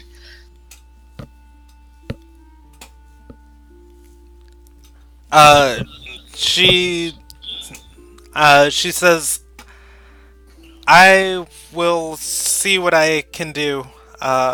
If things go according to plan, hopefully I'll have Andis outside, waiting at the tree near closest to your manor at nightfall." Eve will nod and give her a big hug and a kiss on the cheek and say, "Thank you so much. You have no idea what you were doing for me." As you do, you notice this is a very different Lilfear you've been talking to. One with no smoke and shadows, and very about business. But you notice as you kiss her on the cheek, the stiffness of her shoulders and her kind of about business posture melts a little bit as she leans into it. And then quickly regains her posture. Eve will smile, like, at feeling her loosen up and say, "Don't worry, I'm still trying to take care of you too."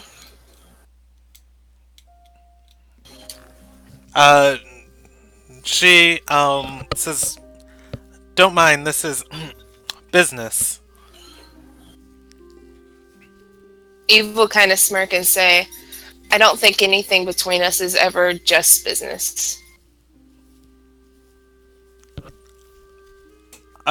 She gestures to a crowd in front of her and says, if you don't mind now, I can find my own escort to get back to the manor.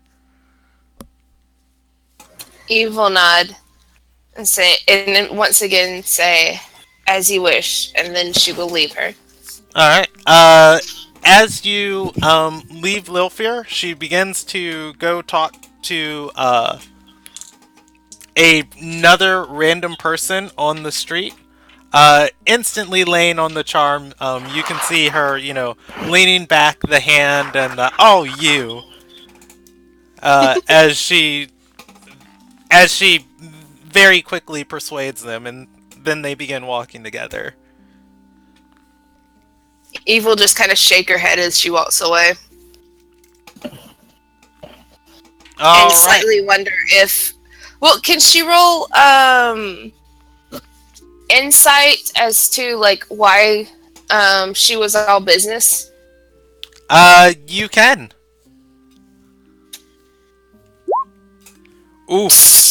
You know what? I will allow it with advantage because you have good reason to consider it. Thank you.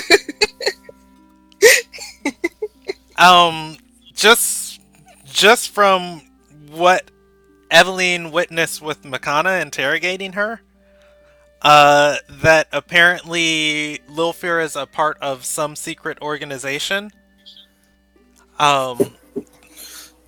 Makana doesn't know the goals of which. All she knows is that these people show up at moments of giant disasters, and perhaps, and this is just something Eve's conjecturing off the 18, perhaps now that Eve has a slight idea as to what Lilfear is about, she's not playing games anymore with Evelyn. Okay. Okay. And she'll still, like, kind of smile to herself and, thinking that finally she's gonna get to know the real Lilfear. Hopefully. Does she want to? That's the real question. Of course. Alright, we're gonna jump over to Tobias real quick. You said he wanted to do something? Yes, he's this wanting. Is happening? He's actually wanting to make his way to the Nakart estate. Okay. It is in the center of town. I don't feel like I need to describe it. It's very easy to find. The whole town was built around it. And it's kind of off the cuff, but he's wanting to see if he can't get an audience with the good lady at her earliest convenience.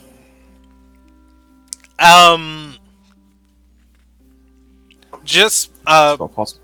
yeah, I was gonna say, just player knowledge. 4 of your the 6 members in the group have writs to go talk to her directly when needed. Right, but this is more of a personal thing that he's. Okay. So as far as her estate goes, there are 4 public buildings attached to it. There's a tower devoted to each sage. Or not sage, each ascended. And they're like large looming bell towers. Then actually inside the estate there is of course the guardhouse to walk through, but there is a servants' quarters where entertainers and other people who work on the manor are able to reside freely. The actual manor itself is pretty much off limits to anyone not of the family or with a writ. Would he go to one of the towers or the servants' quarter to request an audience? he would try to follow the official channels as best he can. But so I guess he would try to do. He would try to find out who he needs to, talk to on that regard. Maybe a house steward, or something along those lines. All right. Lady Nakart's, and this is just easy stuff you glean from asking around the manor. Lady Nakart's steward's name is Viadem Ralph. Okay. And you can roll me an investigation check to try and find him. But people tell you, if you want to meet with him, it's a week's. Oh, excuse me. I'm sorry. I'm dying. It is a. It's going to be about a week before they can schedule a meeting with him. And if you want to meet with Lady Nakart, from him, they'll tell you that it will likely be about 2 months before he can schedule a meeting with Lady Nakart to you. Okay. If is there any type of phrase that Terra used to sort of communicate with one another through more secret channels, like a catchphrase of some kind? At all?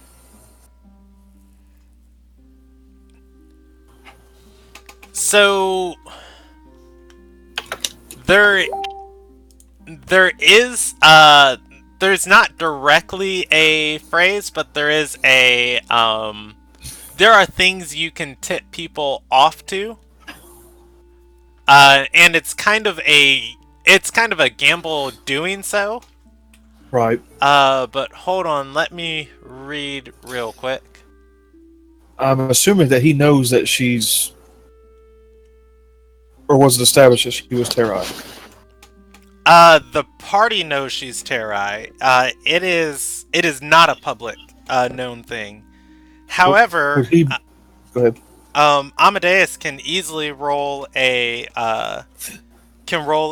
intelligence check on, or probably I'll say insight check, just trying to discern things about Somar Villa, as there is a constant light mist obscuring most of the town that would be very familiar to him.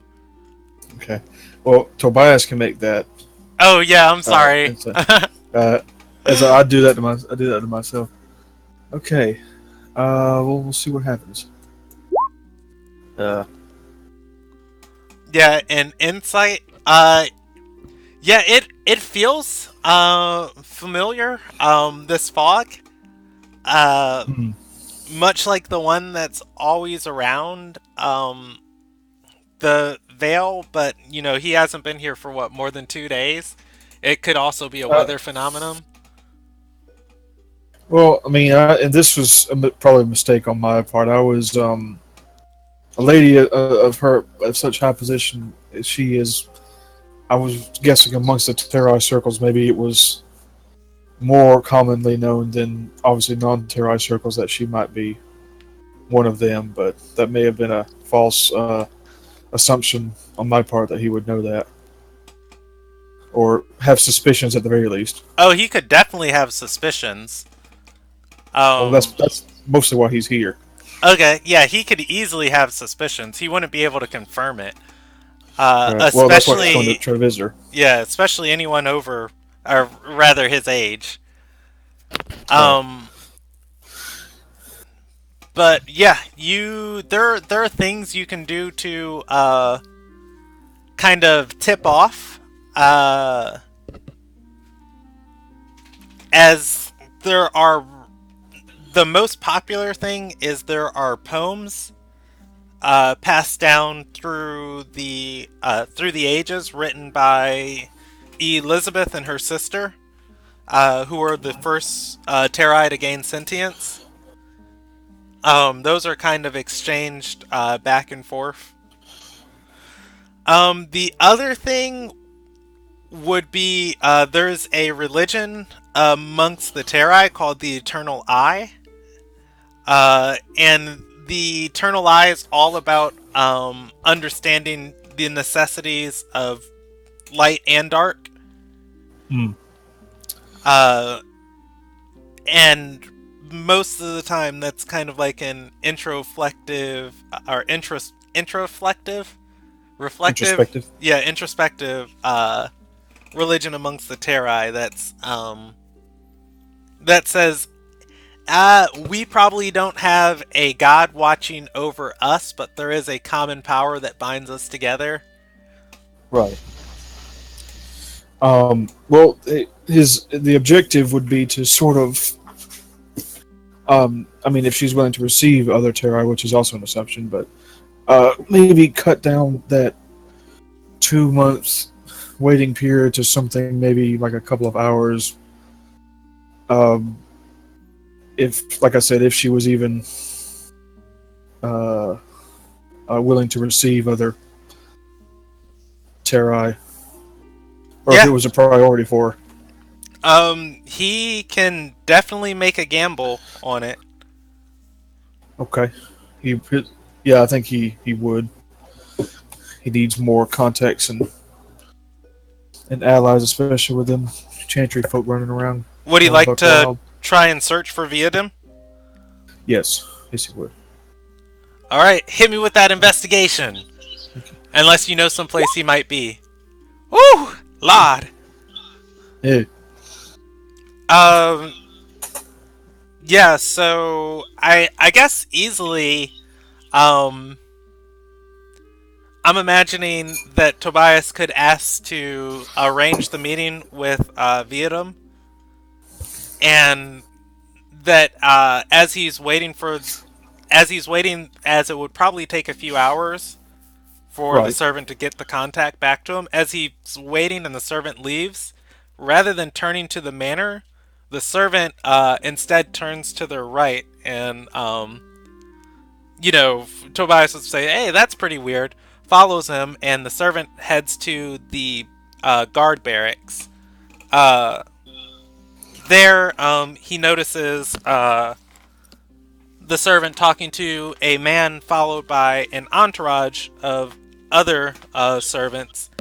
He's dressed in aristocratic red and purple robes. I'm sorry, her colors are purple and gold. Purple and gold. Okay. Her colors are purple and gold, but her sigil is a red rose wrapped around a sword. What are a quick minor question? What are the Vampire Queen's colors or sigil? I actually haven't made Okay. I haven't made them in depth, as I did not expect anyone to go to the Vale for possibly months of real life time. Right. But I can get back to you on that after the session. But Okay, that's fine. anyways, yeah, you can. Tobias can easily put one and one together and say this is probably either the guy I need to speak to, or somebody important enough to get me that meeting. Okay. Well, he'll sort of loiter until the guy finishes his conversation, but close enough to where he could get a hold of him before he ducks out of sight, manager style. But Okay. But he's not going to try to interrupt him or anything.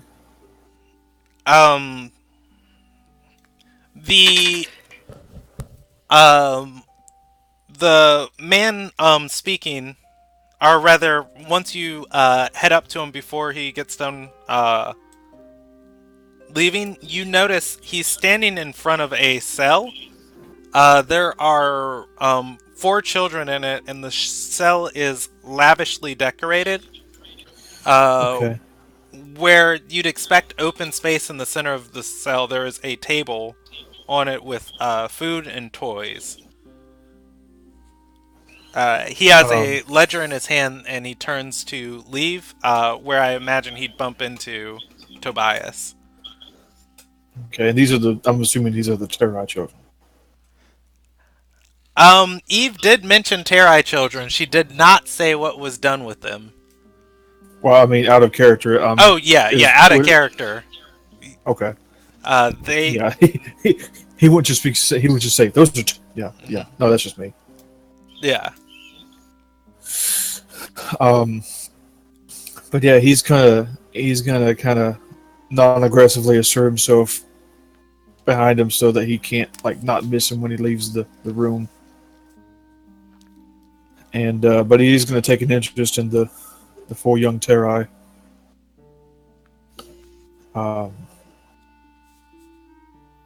What you say? He bumped into him. Yes. He looks up from his ledger before he walks into Tobias and says, "Oh, excuse me." Good afternoon. You wouldn't happen to be the house steward, would you? Says, "I am Viadem Ralph. Sorry. Have we met before?" I haven't had the pleasure. Tobias Greymist. I was hoping to speak to you. Hoping that you. He's gonna extend his hand, but Yeah. He'll Go ahead. shake it and he'll say, "Oh, yes, the servant relayed your message. I will put it in my schedule." Once I know you're a very busy man, so I won't take long a moment of your time. But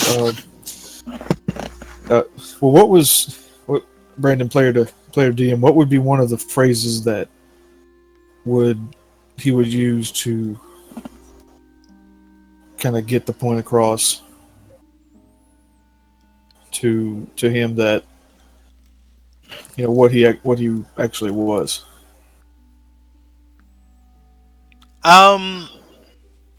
Let me see real quick. It's blind. It wouldn't just be "I hunger," would it? That is one of them, but that's not the complete poem. That's kind of more like a popular one. That Okay. the ruffians and thieves who leave the Vale end up quoting to each other as, kind of like a little saying. Yeah, that wouldn't help him. Let's see. He's wanting to sort of distinguish himself from the average Terra as well, I guess.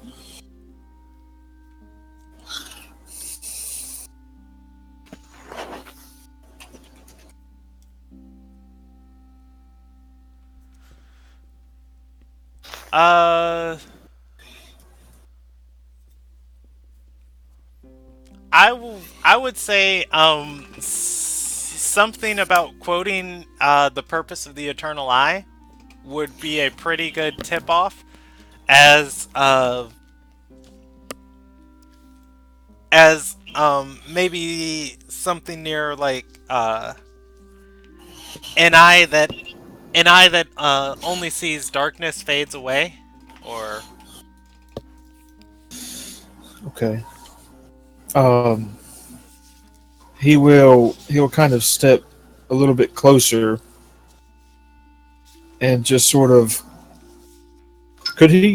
how long is that actual poem? that wouldn't be a poem. That would kind of more like be saying, "Hey, God's watching you and wanting you to do the right thing," or something along that nature. Okay. If you want Tobias just to quote one of the poems, you can say that. I don't actually have them all written up. All right. Well, he'll relay what you had said, and at the end he'll add, if you would be kind enough to see the good lady gets that message, I would be most appreciative if I could have just a few moments of her time.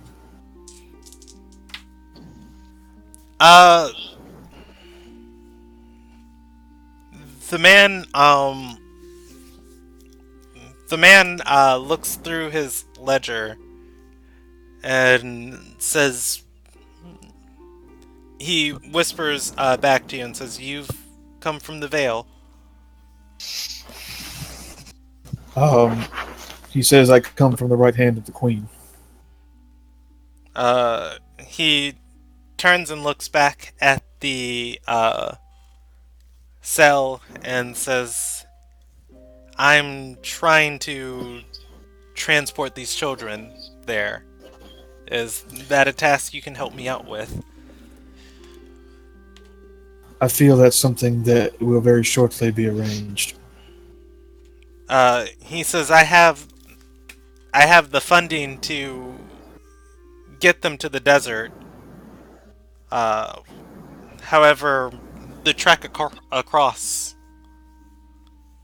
would require Darkkin there waiting for them. Sir, if you expedite my audience with the good lady, I will see them there before sundown.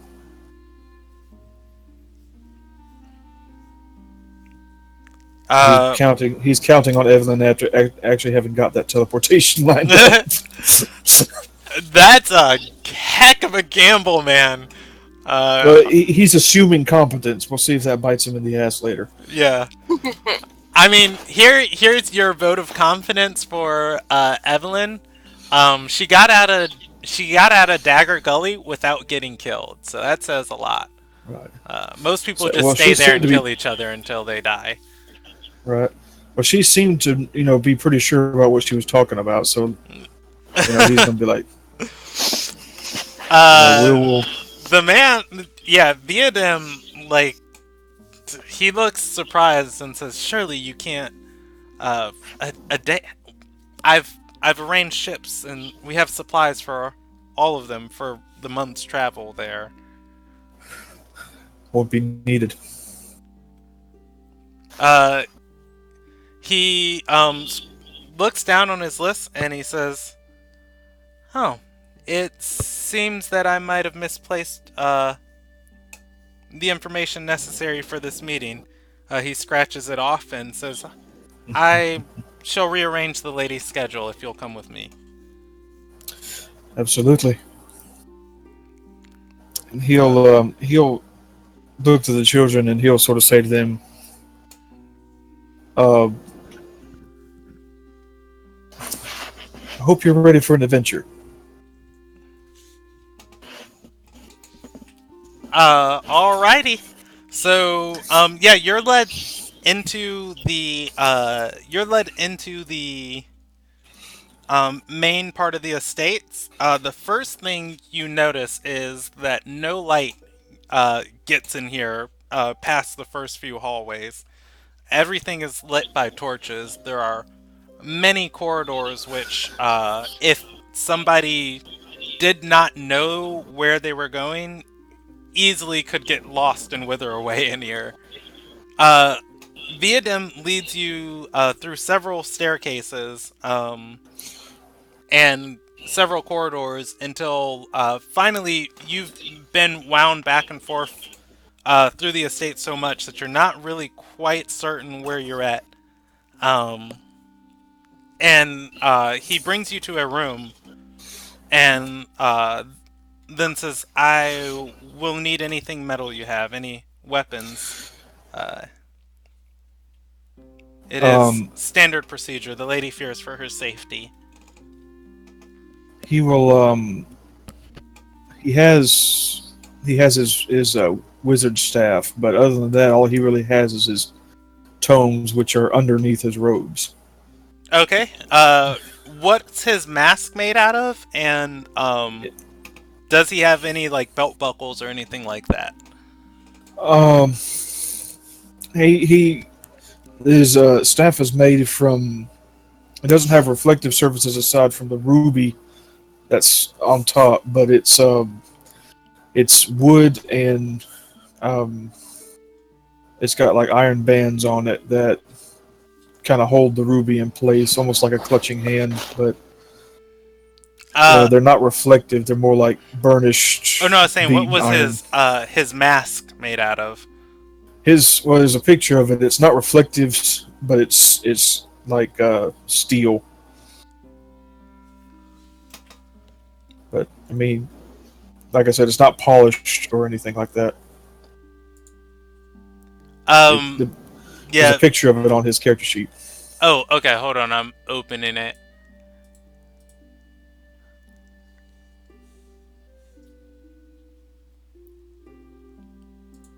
Oh man, everybody can see my screen right now. Let me just.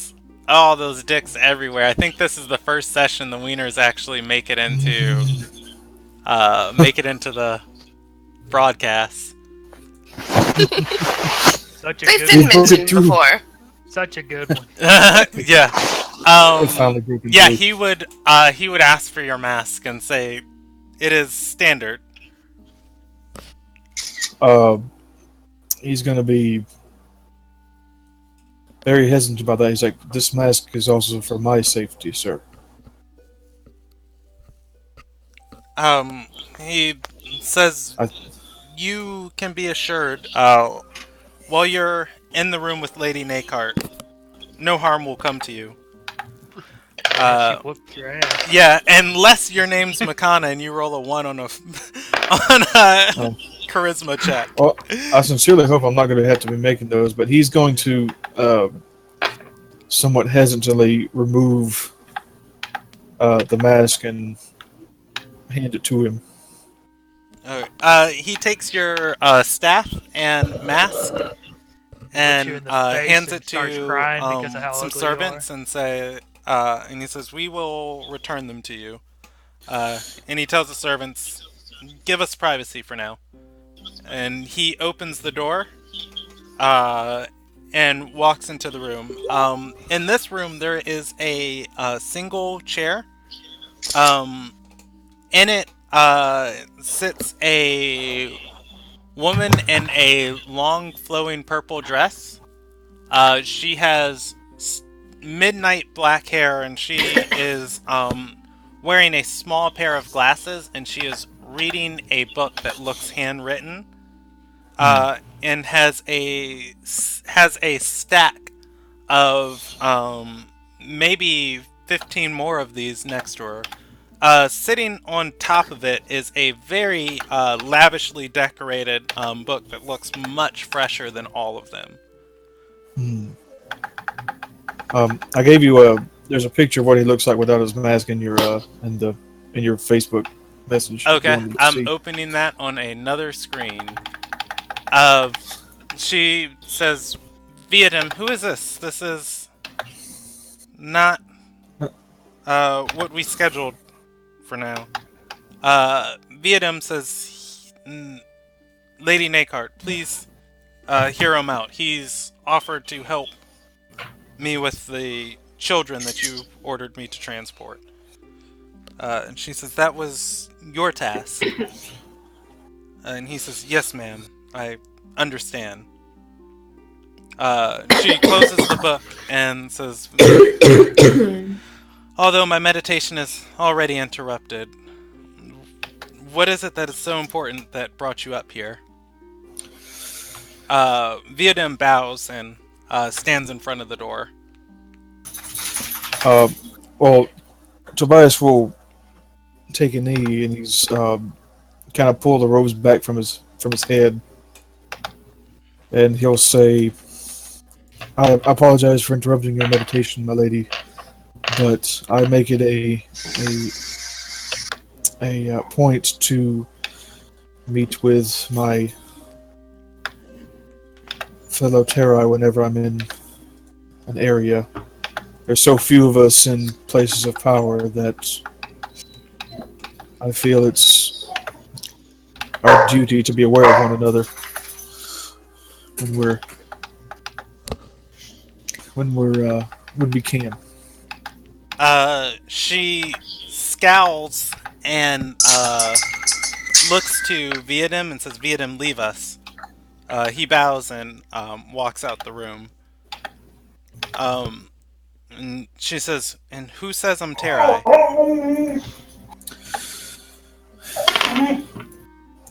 I've spent enough time in the Darkened Vale to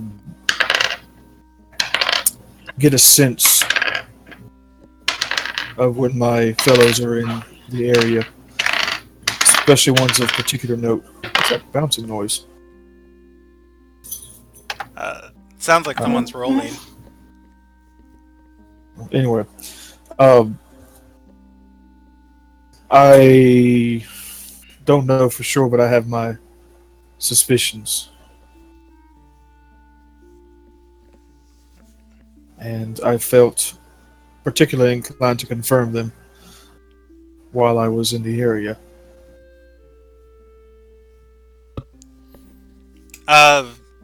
She stands up and puts her book, the journal she's been reading, on top of the stack next to her chair, and begins inspecting Tobias, walking around him with precise steps before standing back next to her chair and laying a hand on it. And she says, "Who sent you?" I come of my own accord. And she says, "Lies." No lies. I've come not long from the darkened veil from the right hand of the Queen. She says, "I have no business with the Queen. I've never made contact with her before." Well, now is your chance. You've done much for yourself. You're an inspiration to the rest of our kind. You should be in correspondence with the Queen. She puts up a hand, stopping you, and says, "I never asked for this. I've only done what I've had to."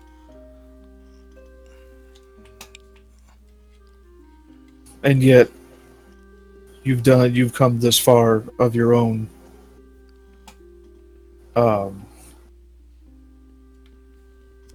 merit.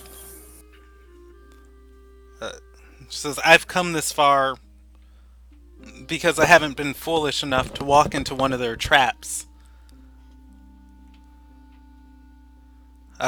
She crosses her arms and says, "Say their name."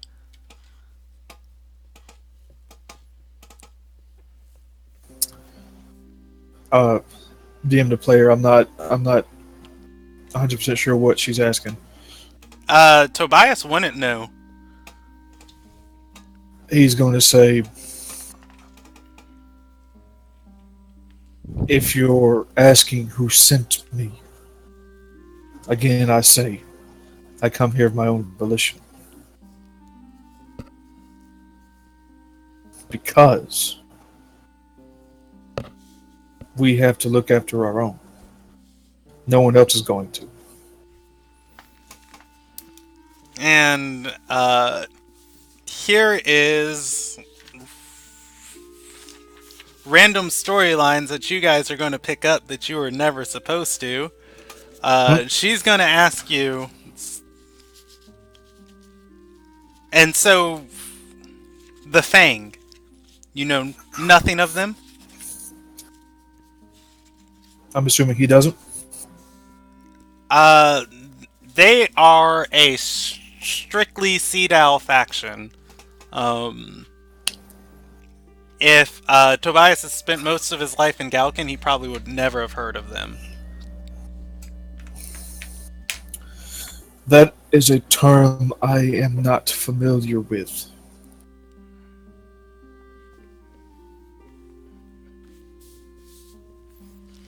She's rolling an insight on you. And she says, "Well, I have my own battles to fight here in my own nation. I can't get bogged down helping the Queen if she's... Or, technically she's the Empress." Ma'am, you misunderstand. We want to help you. However we can.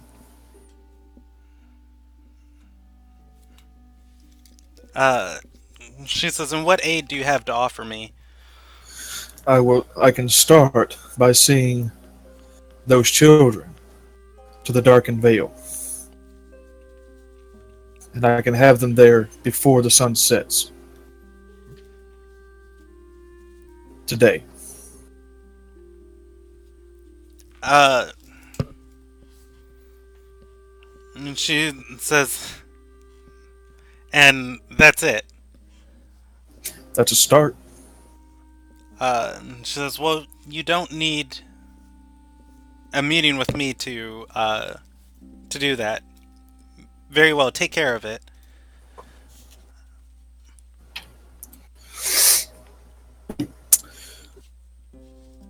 I can't help but wonder. Surely, you know of the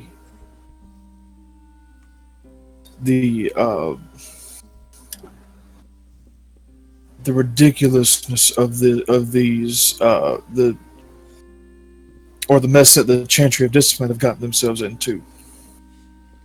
They're eating themselves. She nods and says, "It." Oof! I actually have to pull out her.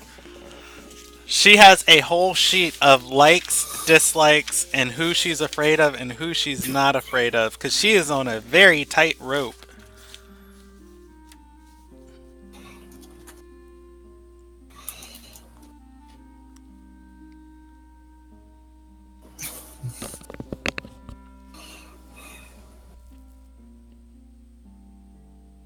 If you give me 1 second, I'm just skimming all of this to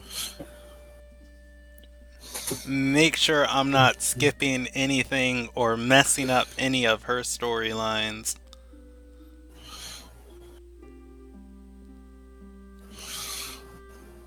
Yeah, I'll admit I didn't have a concrete thing that I wanted to accomplish outside of perhaps making an ally, so that's kind of biting me in the butt. You got her in her personal study. She is currently lacking the overrobes that go outside, or that go over her her purple dress. She has a line of tattoos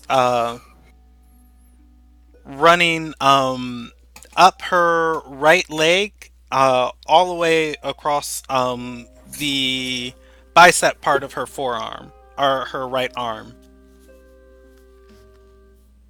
Okay. They are much in the same style that Sona had on her face, as far as the artistic style of the font. However, the language it's written in is Sanskrit. Okay. Which Tobias would instantly know, hey, that marks her a lot older as the young 20-something, 25-something that she looks in front of me, which would probably kind of confirm her Terrai-ness. Terra nature. Okay. Yeah. He's gonna Or look at she's a huge history buff. Okay. He's gonna look at the tattoos and say, either you're as engrossed with history as I am, or you've seen more days than even I have.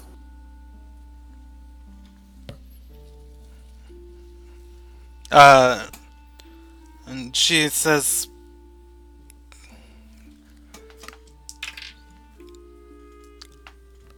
I'm 151. Isn't that her? I thought she was over 1,000 years old or something. Lady Nakard is not. The Okay. Empress of the Darkened Vale is. Oh, well, so he is actually older than she is. That is true. Okay. It's like, oh, I've only got you beaten by 50 years. And she says, this is the first conversation I've had with another vampire who's not trying to kill me. The fact that you say that disheartens me to know to the to the nth degree. With everyone else trying to conspire to kill us, we shouldn't. Eating ourselves should be the last thing on our minds. I've spent the last 120 years being tortured by the Twilight Fang, watching them try and rip my country apart. It's only the past 50 that I've been able to rise up and do something about it. She says, I must apologize. I care not for the struggles of our people, what we are now. I care for the lives I see every day around me. You mean the living? She says, you may choose to call them that. I, too, call myself that. It's a popular term, I'll confess, but I left the veil to find a solution. I also left the veil to uncover the secrets of something that is responsible for making me what I am. I wasn't created in the same fashion as other Terrai. But I feel that if we wish to be cured, and I'm not convinced that I do, that what made me into what I am could potentially unmake me. But in the same vein, regardless of this holds a very elusive but tremendous strength.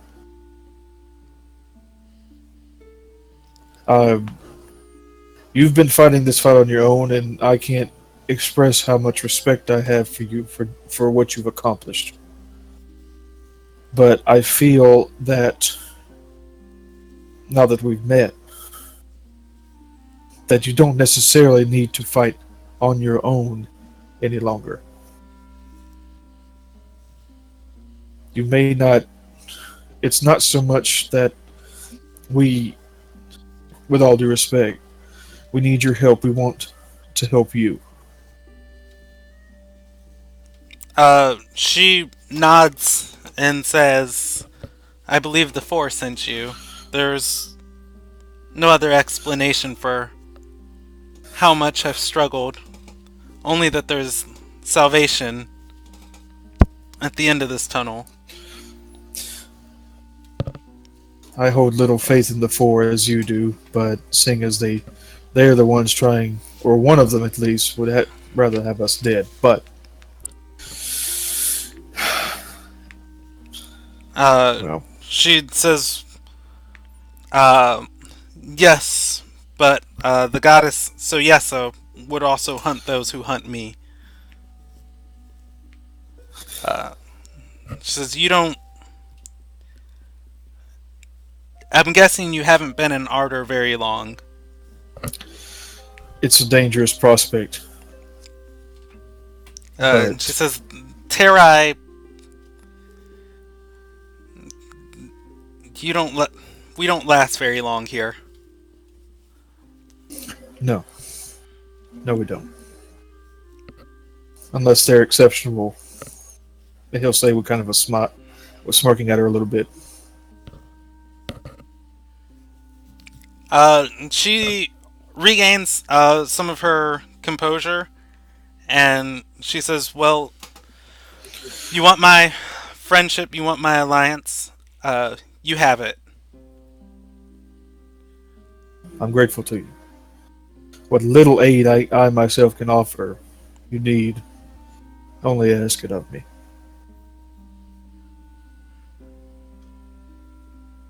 The sway I have in the darkened veil is also yours. Would you have, if you have need for it?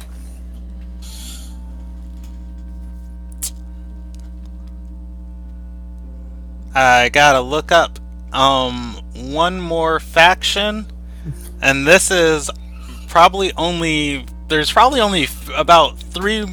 No, there's probably only about one secret faction that you guys have not found yet. So let's.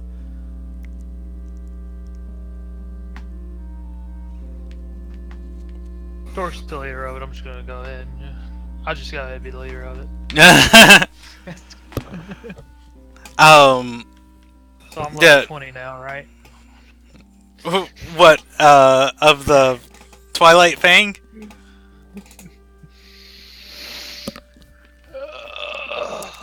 She says there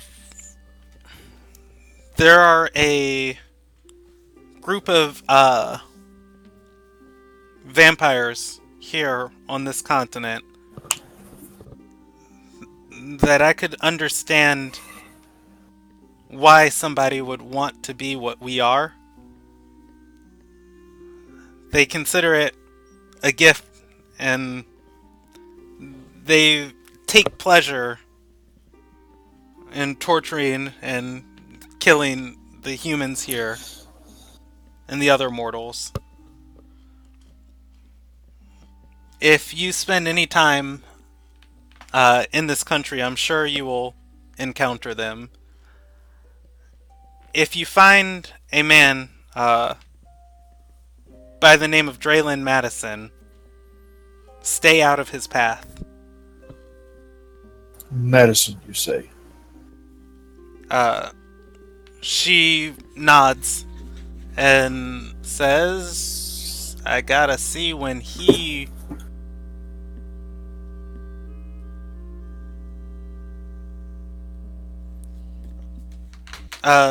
she says, I was a much younger and much stupider noble, but I was a slave of his years ago, and he turned me just so he can enjoy centuries of making me suffer. I see. Well, if you want me to stay, if it is your advice to stay away from him, then I'll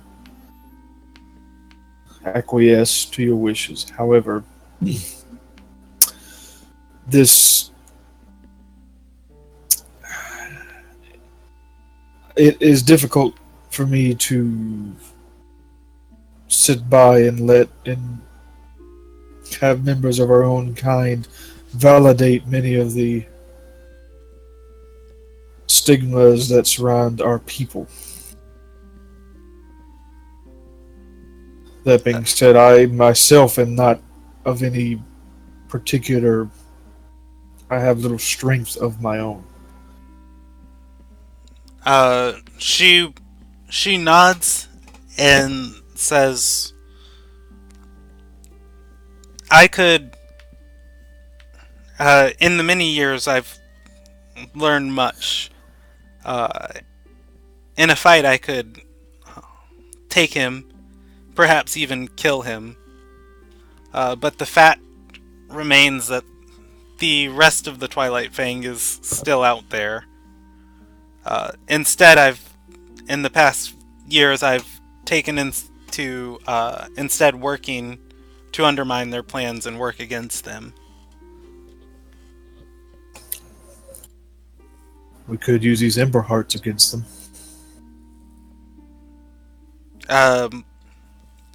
She shakes her head and says, I wouldn't be surprised at all if it's a ploy by them. The Chantry is one of the biggest forces keeping Terrai out of the government and out of and from having civilized settlements here. Moving them out of the way would only work to allow different Terrai who don't have any leadership to take root in the country. Well, if you advise to leave them be, then I will do as you wish. I will likely be heading towards the capital myself within the next day or two, which is why I was hard pressed to come visit you before that time. I could, as far as the children are concerned, I could escort them back.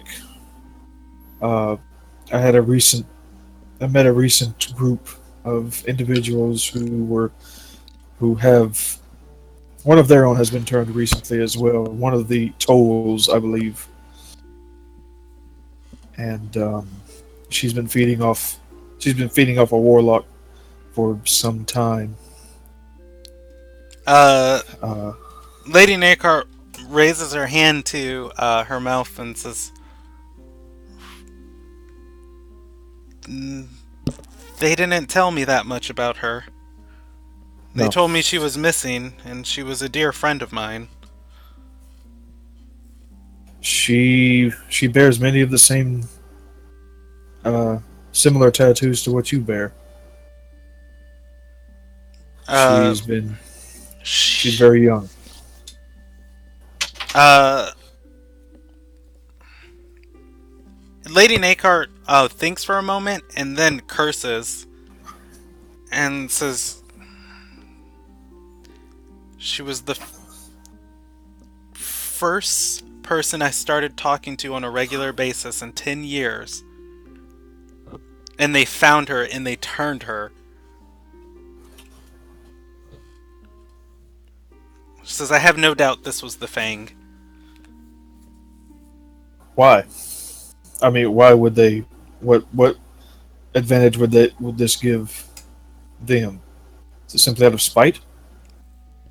She says, "Well, now you're listening to me. That's all they act out of. Malice and spite." She says, "When you live for 200 years, you stop caring. I don't know what it is that broke inside them, but I still consider myself alive. They are not." No. We can only hope that they draw too much attention to themselves, but perhaps there may come a time when we can't afford to ignore them anymore. Um, but no, she and, as it seems, these children will be within the darkened veil before the sun sets.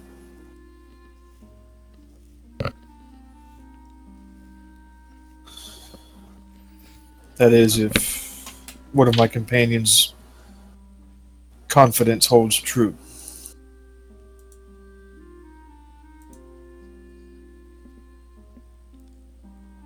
Um, yeah, your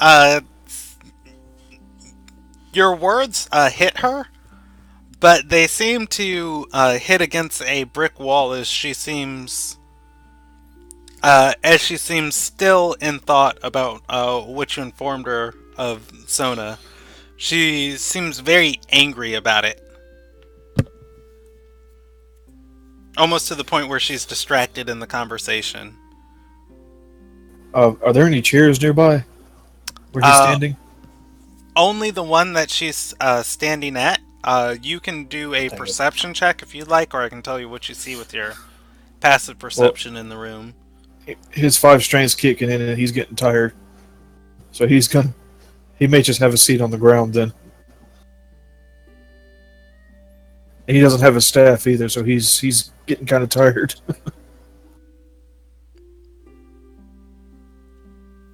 I'll just lay here. Yeah, she's way too engrossed in her anger to I'll just wait notice here. that. You sit down? Stone cold. Yeah, he's gonna sit down. He's like, this floor is very nice. It's very cool. Ugh. Yeah, she says, "I will not sit by and just let them do this.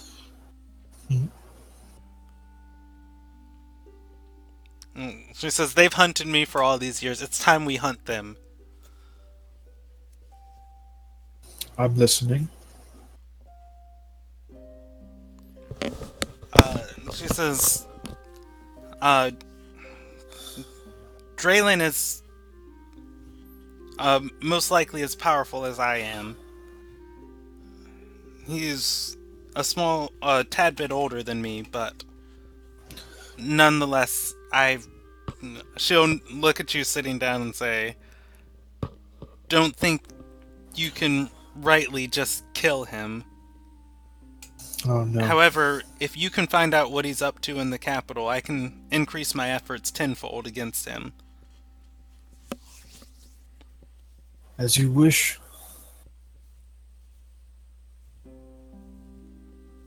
And he says, and she continues and says, the path that he's left behind him, these other unfortunate individuals who've lost their souls because of him, I will arrange for them to go to the Vale. However, I have no reach past Cedal. Once they get to Galkin, they are out of my protection. Perhaps in Galkin, the Empress's hand stretches far enough to cover where yours cannot.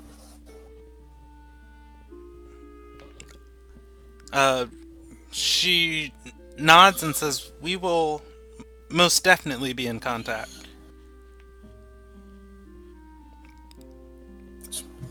Be honored to. How would you prefer I contact you if I find anything?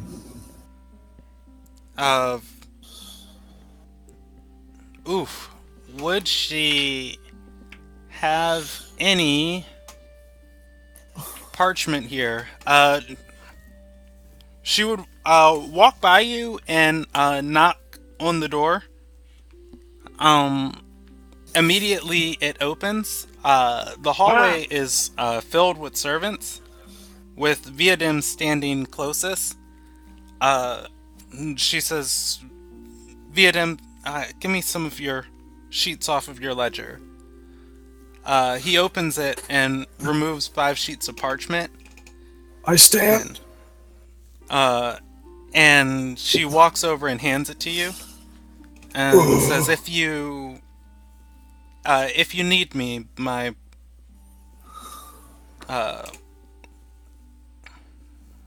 one of my man, what is she technically to her? I guess she would be a friend. One of my friends developed this lovely system of communicating. If you write on here, she'll see it, and she'll inform me." Arcana check? You can? New magic, yay. Oh, sad panda.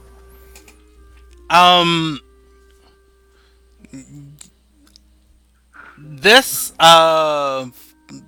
parchment, you wouldn't be able to tell, what magical effects are affecting it.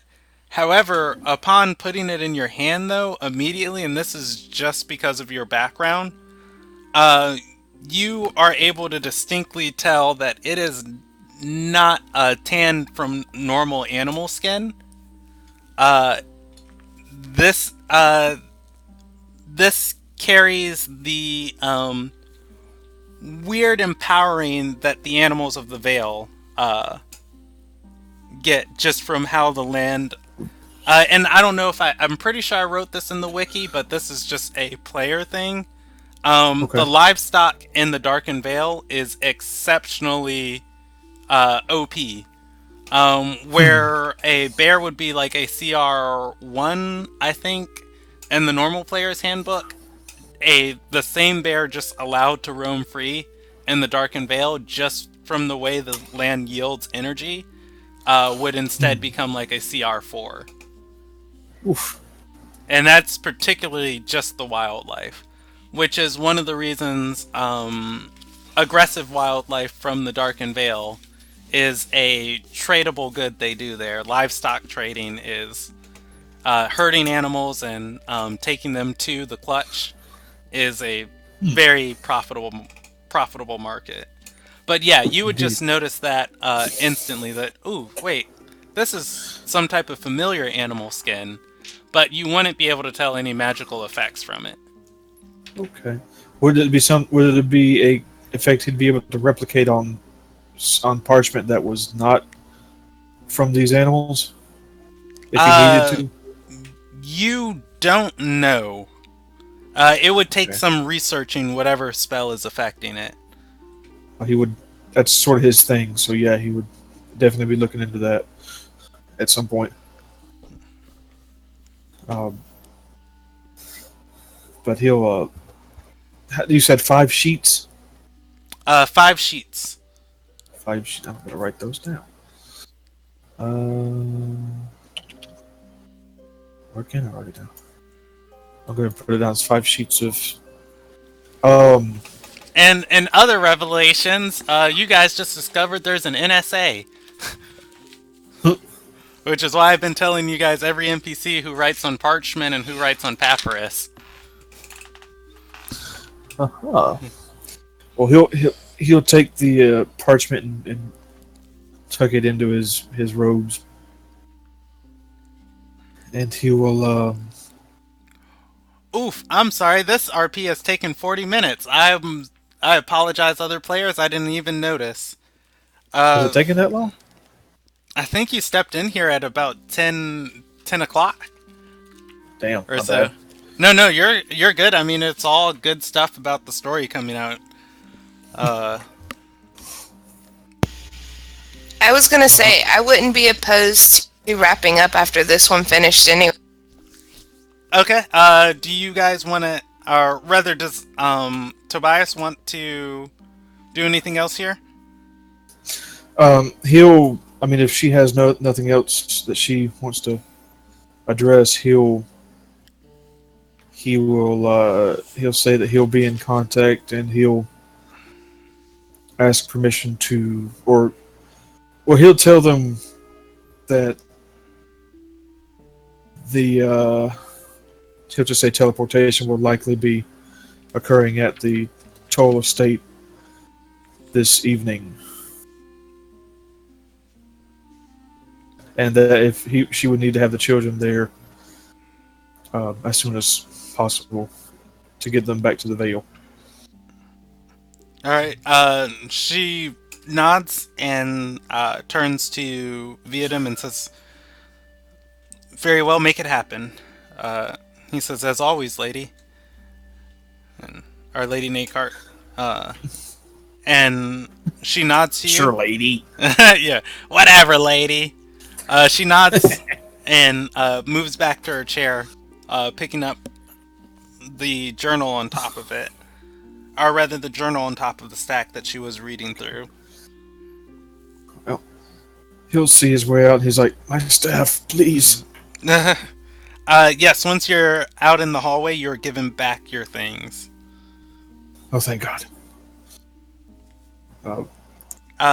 And Walking with you, Viadem dismisses the servants and says that is something she's always had since I've been in service to her. She Parchment? hates. He shakes his head and says she hates to see that she doesn't have a reflection. She hates to see what she really is. it's unfortunate, but given the circumstances of her rebirth, as it were, I can't disagree. I can't find any fault in her anxiety. He nods and says, "I've never served anyone more patriotic or more self-sacrificing, though. Be that as it may, Terai or not, I'm very proud that I get to be her steward. I'm glad to hear that. I just wish that she served a nation that that could appreciate her efforts. But He nods and says, "Some do here, some don't." perhaps that's enough. Uh, Things may be changing in the next few decades. all right, you guys want to fast forward to Andis coming? Real quick, just popping in to see how things are going. Because I noticed I got 26 notifications from Discord in a span of about 2 seconds.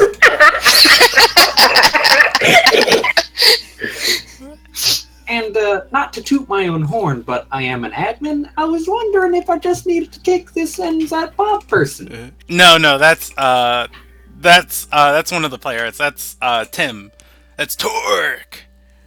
Ban him. Hi, Tim. Ban him. Nobody likes Torque anyway. Nobody likes Torque anyway. Everybody loves Torque. TYVM. You know what? Just because you said that, my Group 1 instinct says Torque is amazing. No, Carry on, Torque is the devil. Yeah. Torque is Also, getting his don't own make me- sitcom after this campaign. Everybody loves Torque. About him growing up poor. Great. But next time I receive 26 notifications from Discord, it had better be because there are 26 people posting simultaneously. Ah, woo woo. Torque got in trouble. On live Just saying. TV. Anyway, Right. carry on. We're going to jump to we're going to jump to Andis coming. Does Evelyn... Brandon, Evelyn, yes. I said that. Never mind. Just never mind. Oh, what's up? Don't worry about it. Okay. I'm sorry. Did you message me? No, I asked you about something that Arabella wanted to do before he went to see Lady Descartes. Oh, what was that? I don't remember it. No, Totally it's did not fine. hear anything. It's no big deal. Okay.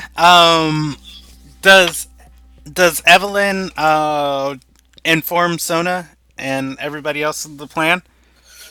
Yeah, she's gonna tell them that she more than likely got a ride. If her plan, or if everything works, that they'll meet them at the tree and blah blah blah, and then she'll take them all to the tree when they're supposed to meet them.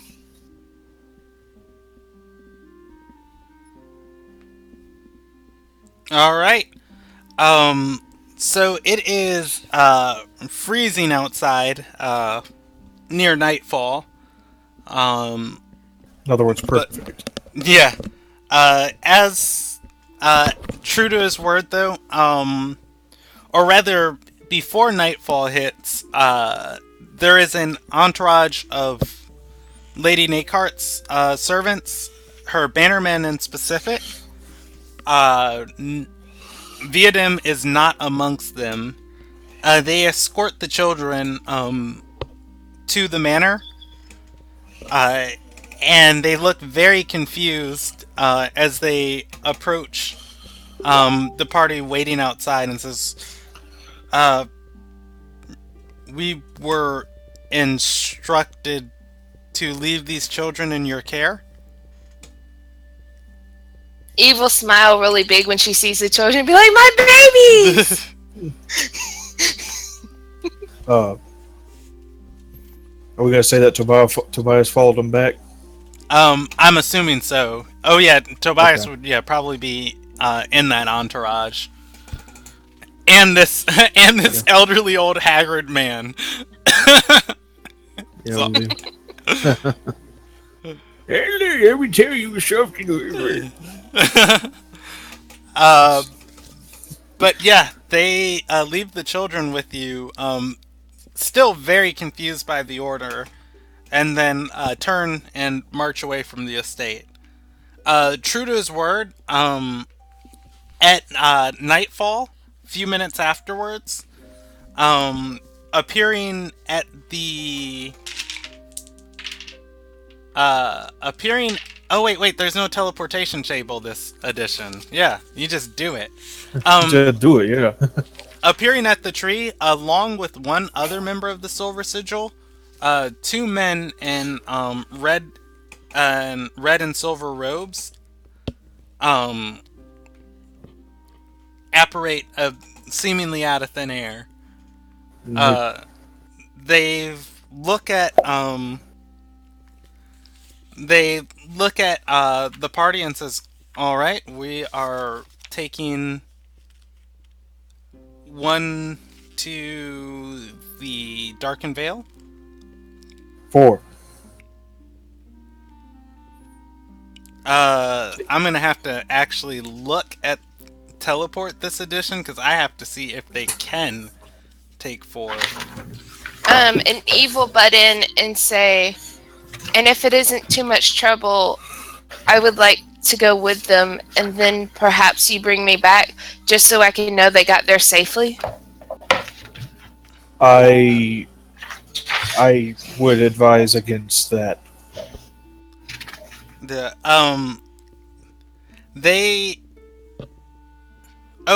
is a teleportation table this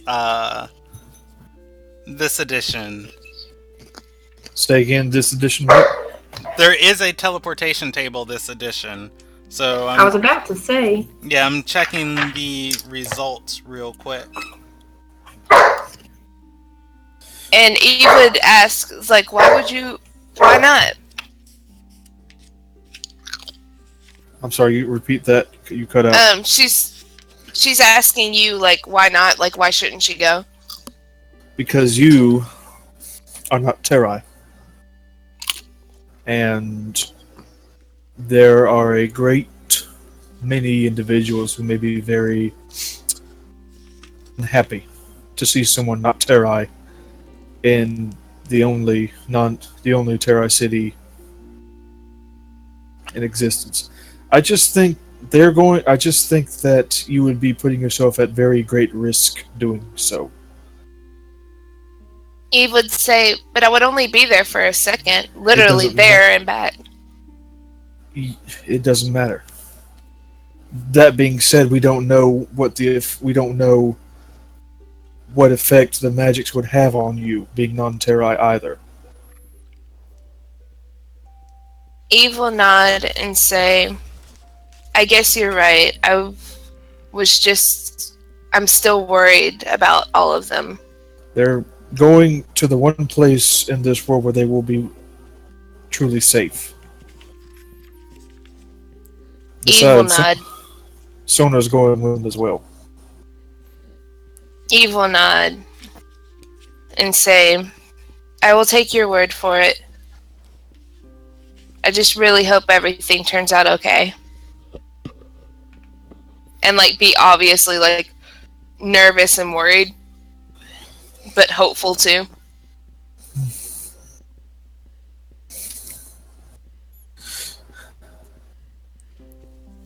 I should see that teleportation table. He,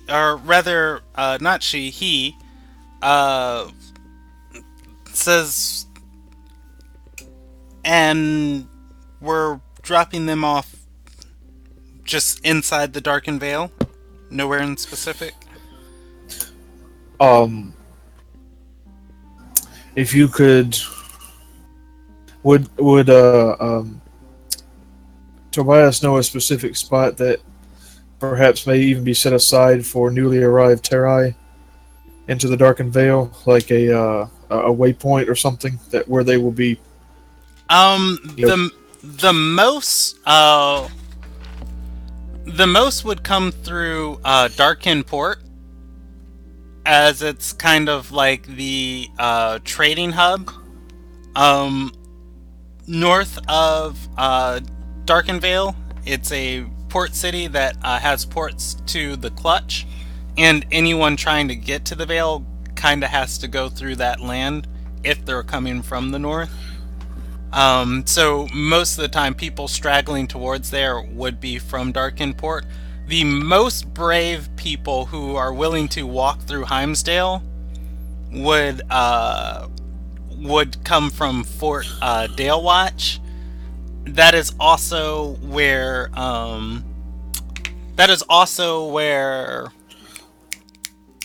Tobias would know that diplomats came from. Is oftentimes they set off towards Fort Dalewatch when they left the palace. I mean, he would want to set them within the Darkened Vale so they don't have to like brave anything particularly dangerous. He was thinking like somewhere maybe in the capital of Darkened Vale, like they had a like whatever would count as an embassy station where they receive new immigrants. The guy that's teleporting them isn't a Terrai, right? No, he has his robe up. His voice sounds very familiar. Arabella would just point this out to Tabu. Tobias? Yeah, Tabu. Yeah, that. No, he may not be Terrai, but he is a caster of some He says, skill. Besides, And a lot stronger than us. the Empress owes the silver sigil after we cleaned out that crypt for her. She will not have her men attack us on sight.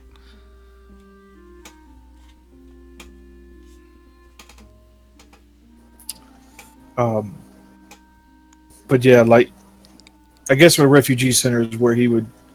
Refugee center in the capital is where he would suggest that they go. Just sort of give them the best start.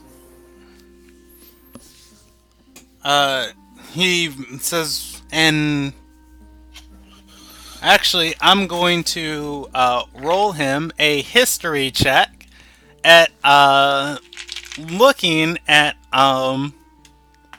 Tobias, and he's just gonna roll a nat 20 because that's just what he's gonna do. Because why not? Yeah. He inspects you and says, "The man with the mask. I've seen you in the palace a few times. Do you have a writ or anything to give them? It would certainly help them if they had the Empress's seal, starting a new life there." You will attribute greater status to me than I am due, sir. Can I insight check that? You can.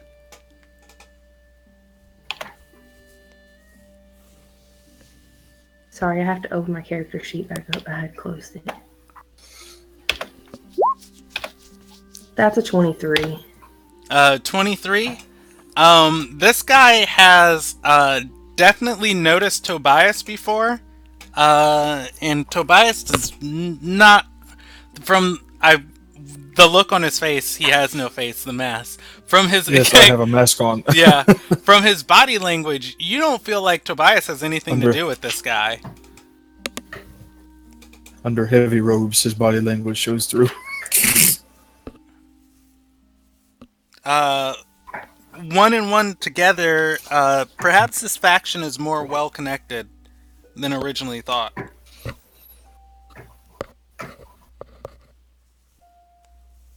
Okay, carry on.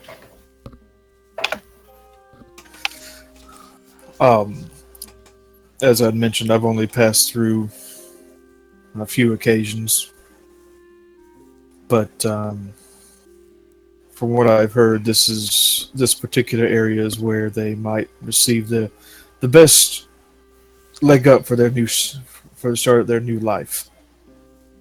And Eve is gonna take a mental note of the fact that he was warning her not to go because she would be killed, but he's been there himself, and she'll make a mental note to ask him about it later. Alrighty. He says, burning our favor with the Queen, or with the Empress, to deliver some young Terrai. I hope Lilfir knows what she's bargaining with. He nods and then teleports. Or rather, Andis does not the familiar man does not teleport. The one with him does. I can't sleep on him. He does not teleport anymore then. And he just rolled No, a 93 no. for the teleport table, and he is good. Yeah, they're gone. The children are gone. And it is We the have Sona start of behind. nightfall. Like I said, before the sun sets. Yeah, I'm gonna say that's a good point to end it. Yay! Well done, my lackeys. Always, my I'm liege. also going to say, oh man, wait. We're gonna retcon that before we end it there. He starts to teleport, and Sona is going to turn and run and hug each member of the party. Aww. And My spine is broken. yeah, and she's going to yeah, she's gonna say, I don't know what I'm gonna do there or what life awaits me there, but I plan to live it until I can't anymore. You'll have a good life there. Trust me. Eve is gonna smile and hug her and say, I won't stop looking for a way to restore you. She nods and says, I'll write you. I will. The Andis, because you guys know who he is, just kind of crosses his arm and does the like, why don't you just learn how to send a sending? You're magically astute. Yeah, get good. Give me time, I will. Oh no, he was talking to Sona, who is a 5th level wizard. So, Oh, yeah. and with that, they teleport away.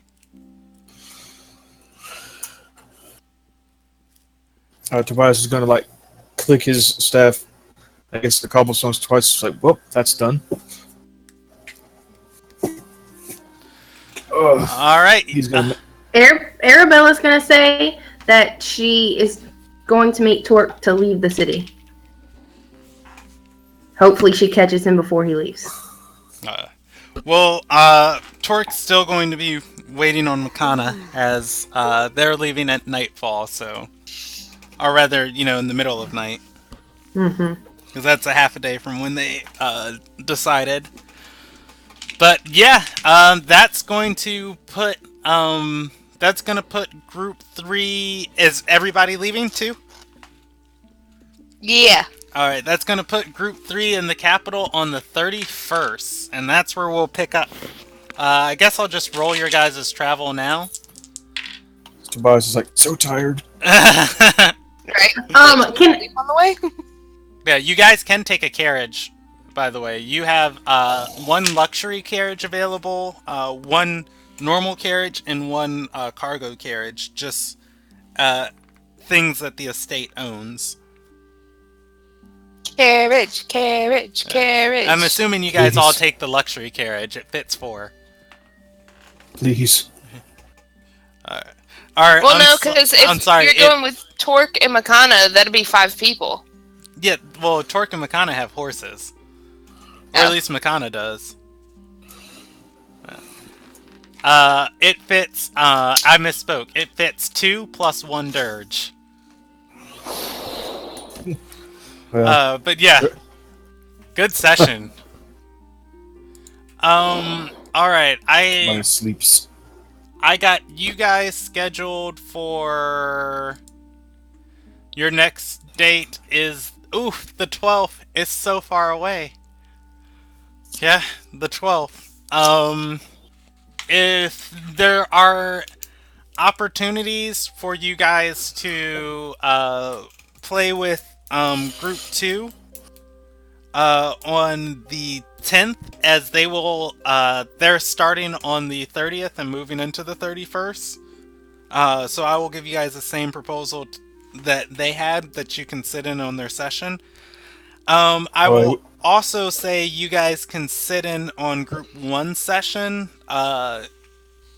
It's chaotic and hectic, but Group 1 will also be on the 31st in the capital come this coming Monday. But otherwise, good session, and I'm going to end the broadcast there, and then I'm going to do experience. Or I'll do experience on the broadcast, so we have it recorded.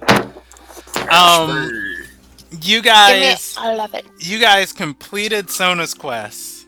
Second, or rather... I'm going to just rule that as complete. I'm also not going to logistically ask what you guys are doing with Fiamore. As she's probably very happy just to collect a paycheck and not have to work for it anymore. But yeah, I'm going to give you guys 1,000 EXP for completing... Sona's quest. Yannin is officially done. She is... Well, she still might die, but she's very much less likely to die now. Yay! I'm also going to give you guys, I'm going to give you guys 150 EXP for each of the 4 children you saved, so that's going to be 600 additional experience, because Viadem was just going to be working on that, and he was going to go with the classic sea turtle method of send them over there, here's some guards with some money, and hopefully the guards aren't shady and, will not waste all the money in the clutch and abandon the children. And hopefully some of them make it there, was his general plan. But you guys just did a lot better than that. I am also going to give, because it was... And I know it was really slow, but it was a really good session. I'm going to give an additional 400 experience for accidentally uncovering Lady Nake, or some of Lady Nakehart's backstory. As that is something that was going to come up, but much later in the campaign. So just generally well done on that RP. You hit off a lot of her character traits. Fears, reflective surfaces, which the party already knew. Knows she's being hunted. Believes in salvation. Just, as the more Tobias talked, the more she was like, wait, I got a belief that aligns with that. It's almost like this guy knows what he's talking about. Yeah, so that's 2,000 so far, and I'm going to also grant you an additional 100 for Torque bringing back the book and discovering, wait a second, does the Heart of Embers have a nuclear weapon? This merits investigating. So all in all, 2,100 experience for tonight. You ain't done for trying to buy Lilifear back? I did not roll that guy's charisma check. I did set the DC. I set it at 23, and I just rolled a 9. So even if he had godly charisma, he would not get that. I think probably the max he could get would be 12 as a commoner, which would be proficiency in persuasion, expertise in it if he could pick it up somehow, and then +5 in charisma. But yeah, needless to say, you do not get Lilfear's contract. However, you guys will be seeing her again. As it is party knowledge, the official owner of her contract, who leases her out to people, is Draylin Madison. So it's another session like that, and I'll be at level 5. Yeah, and it was let me end the broadcast. It was Lilfear at first.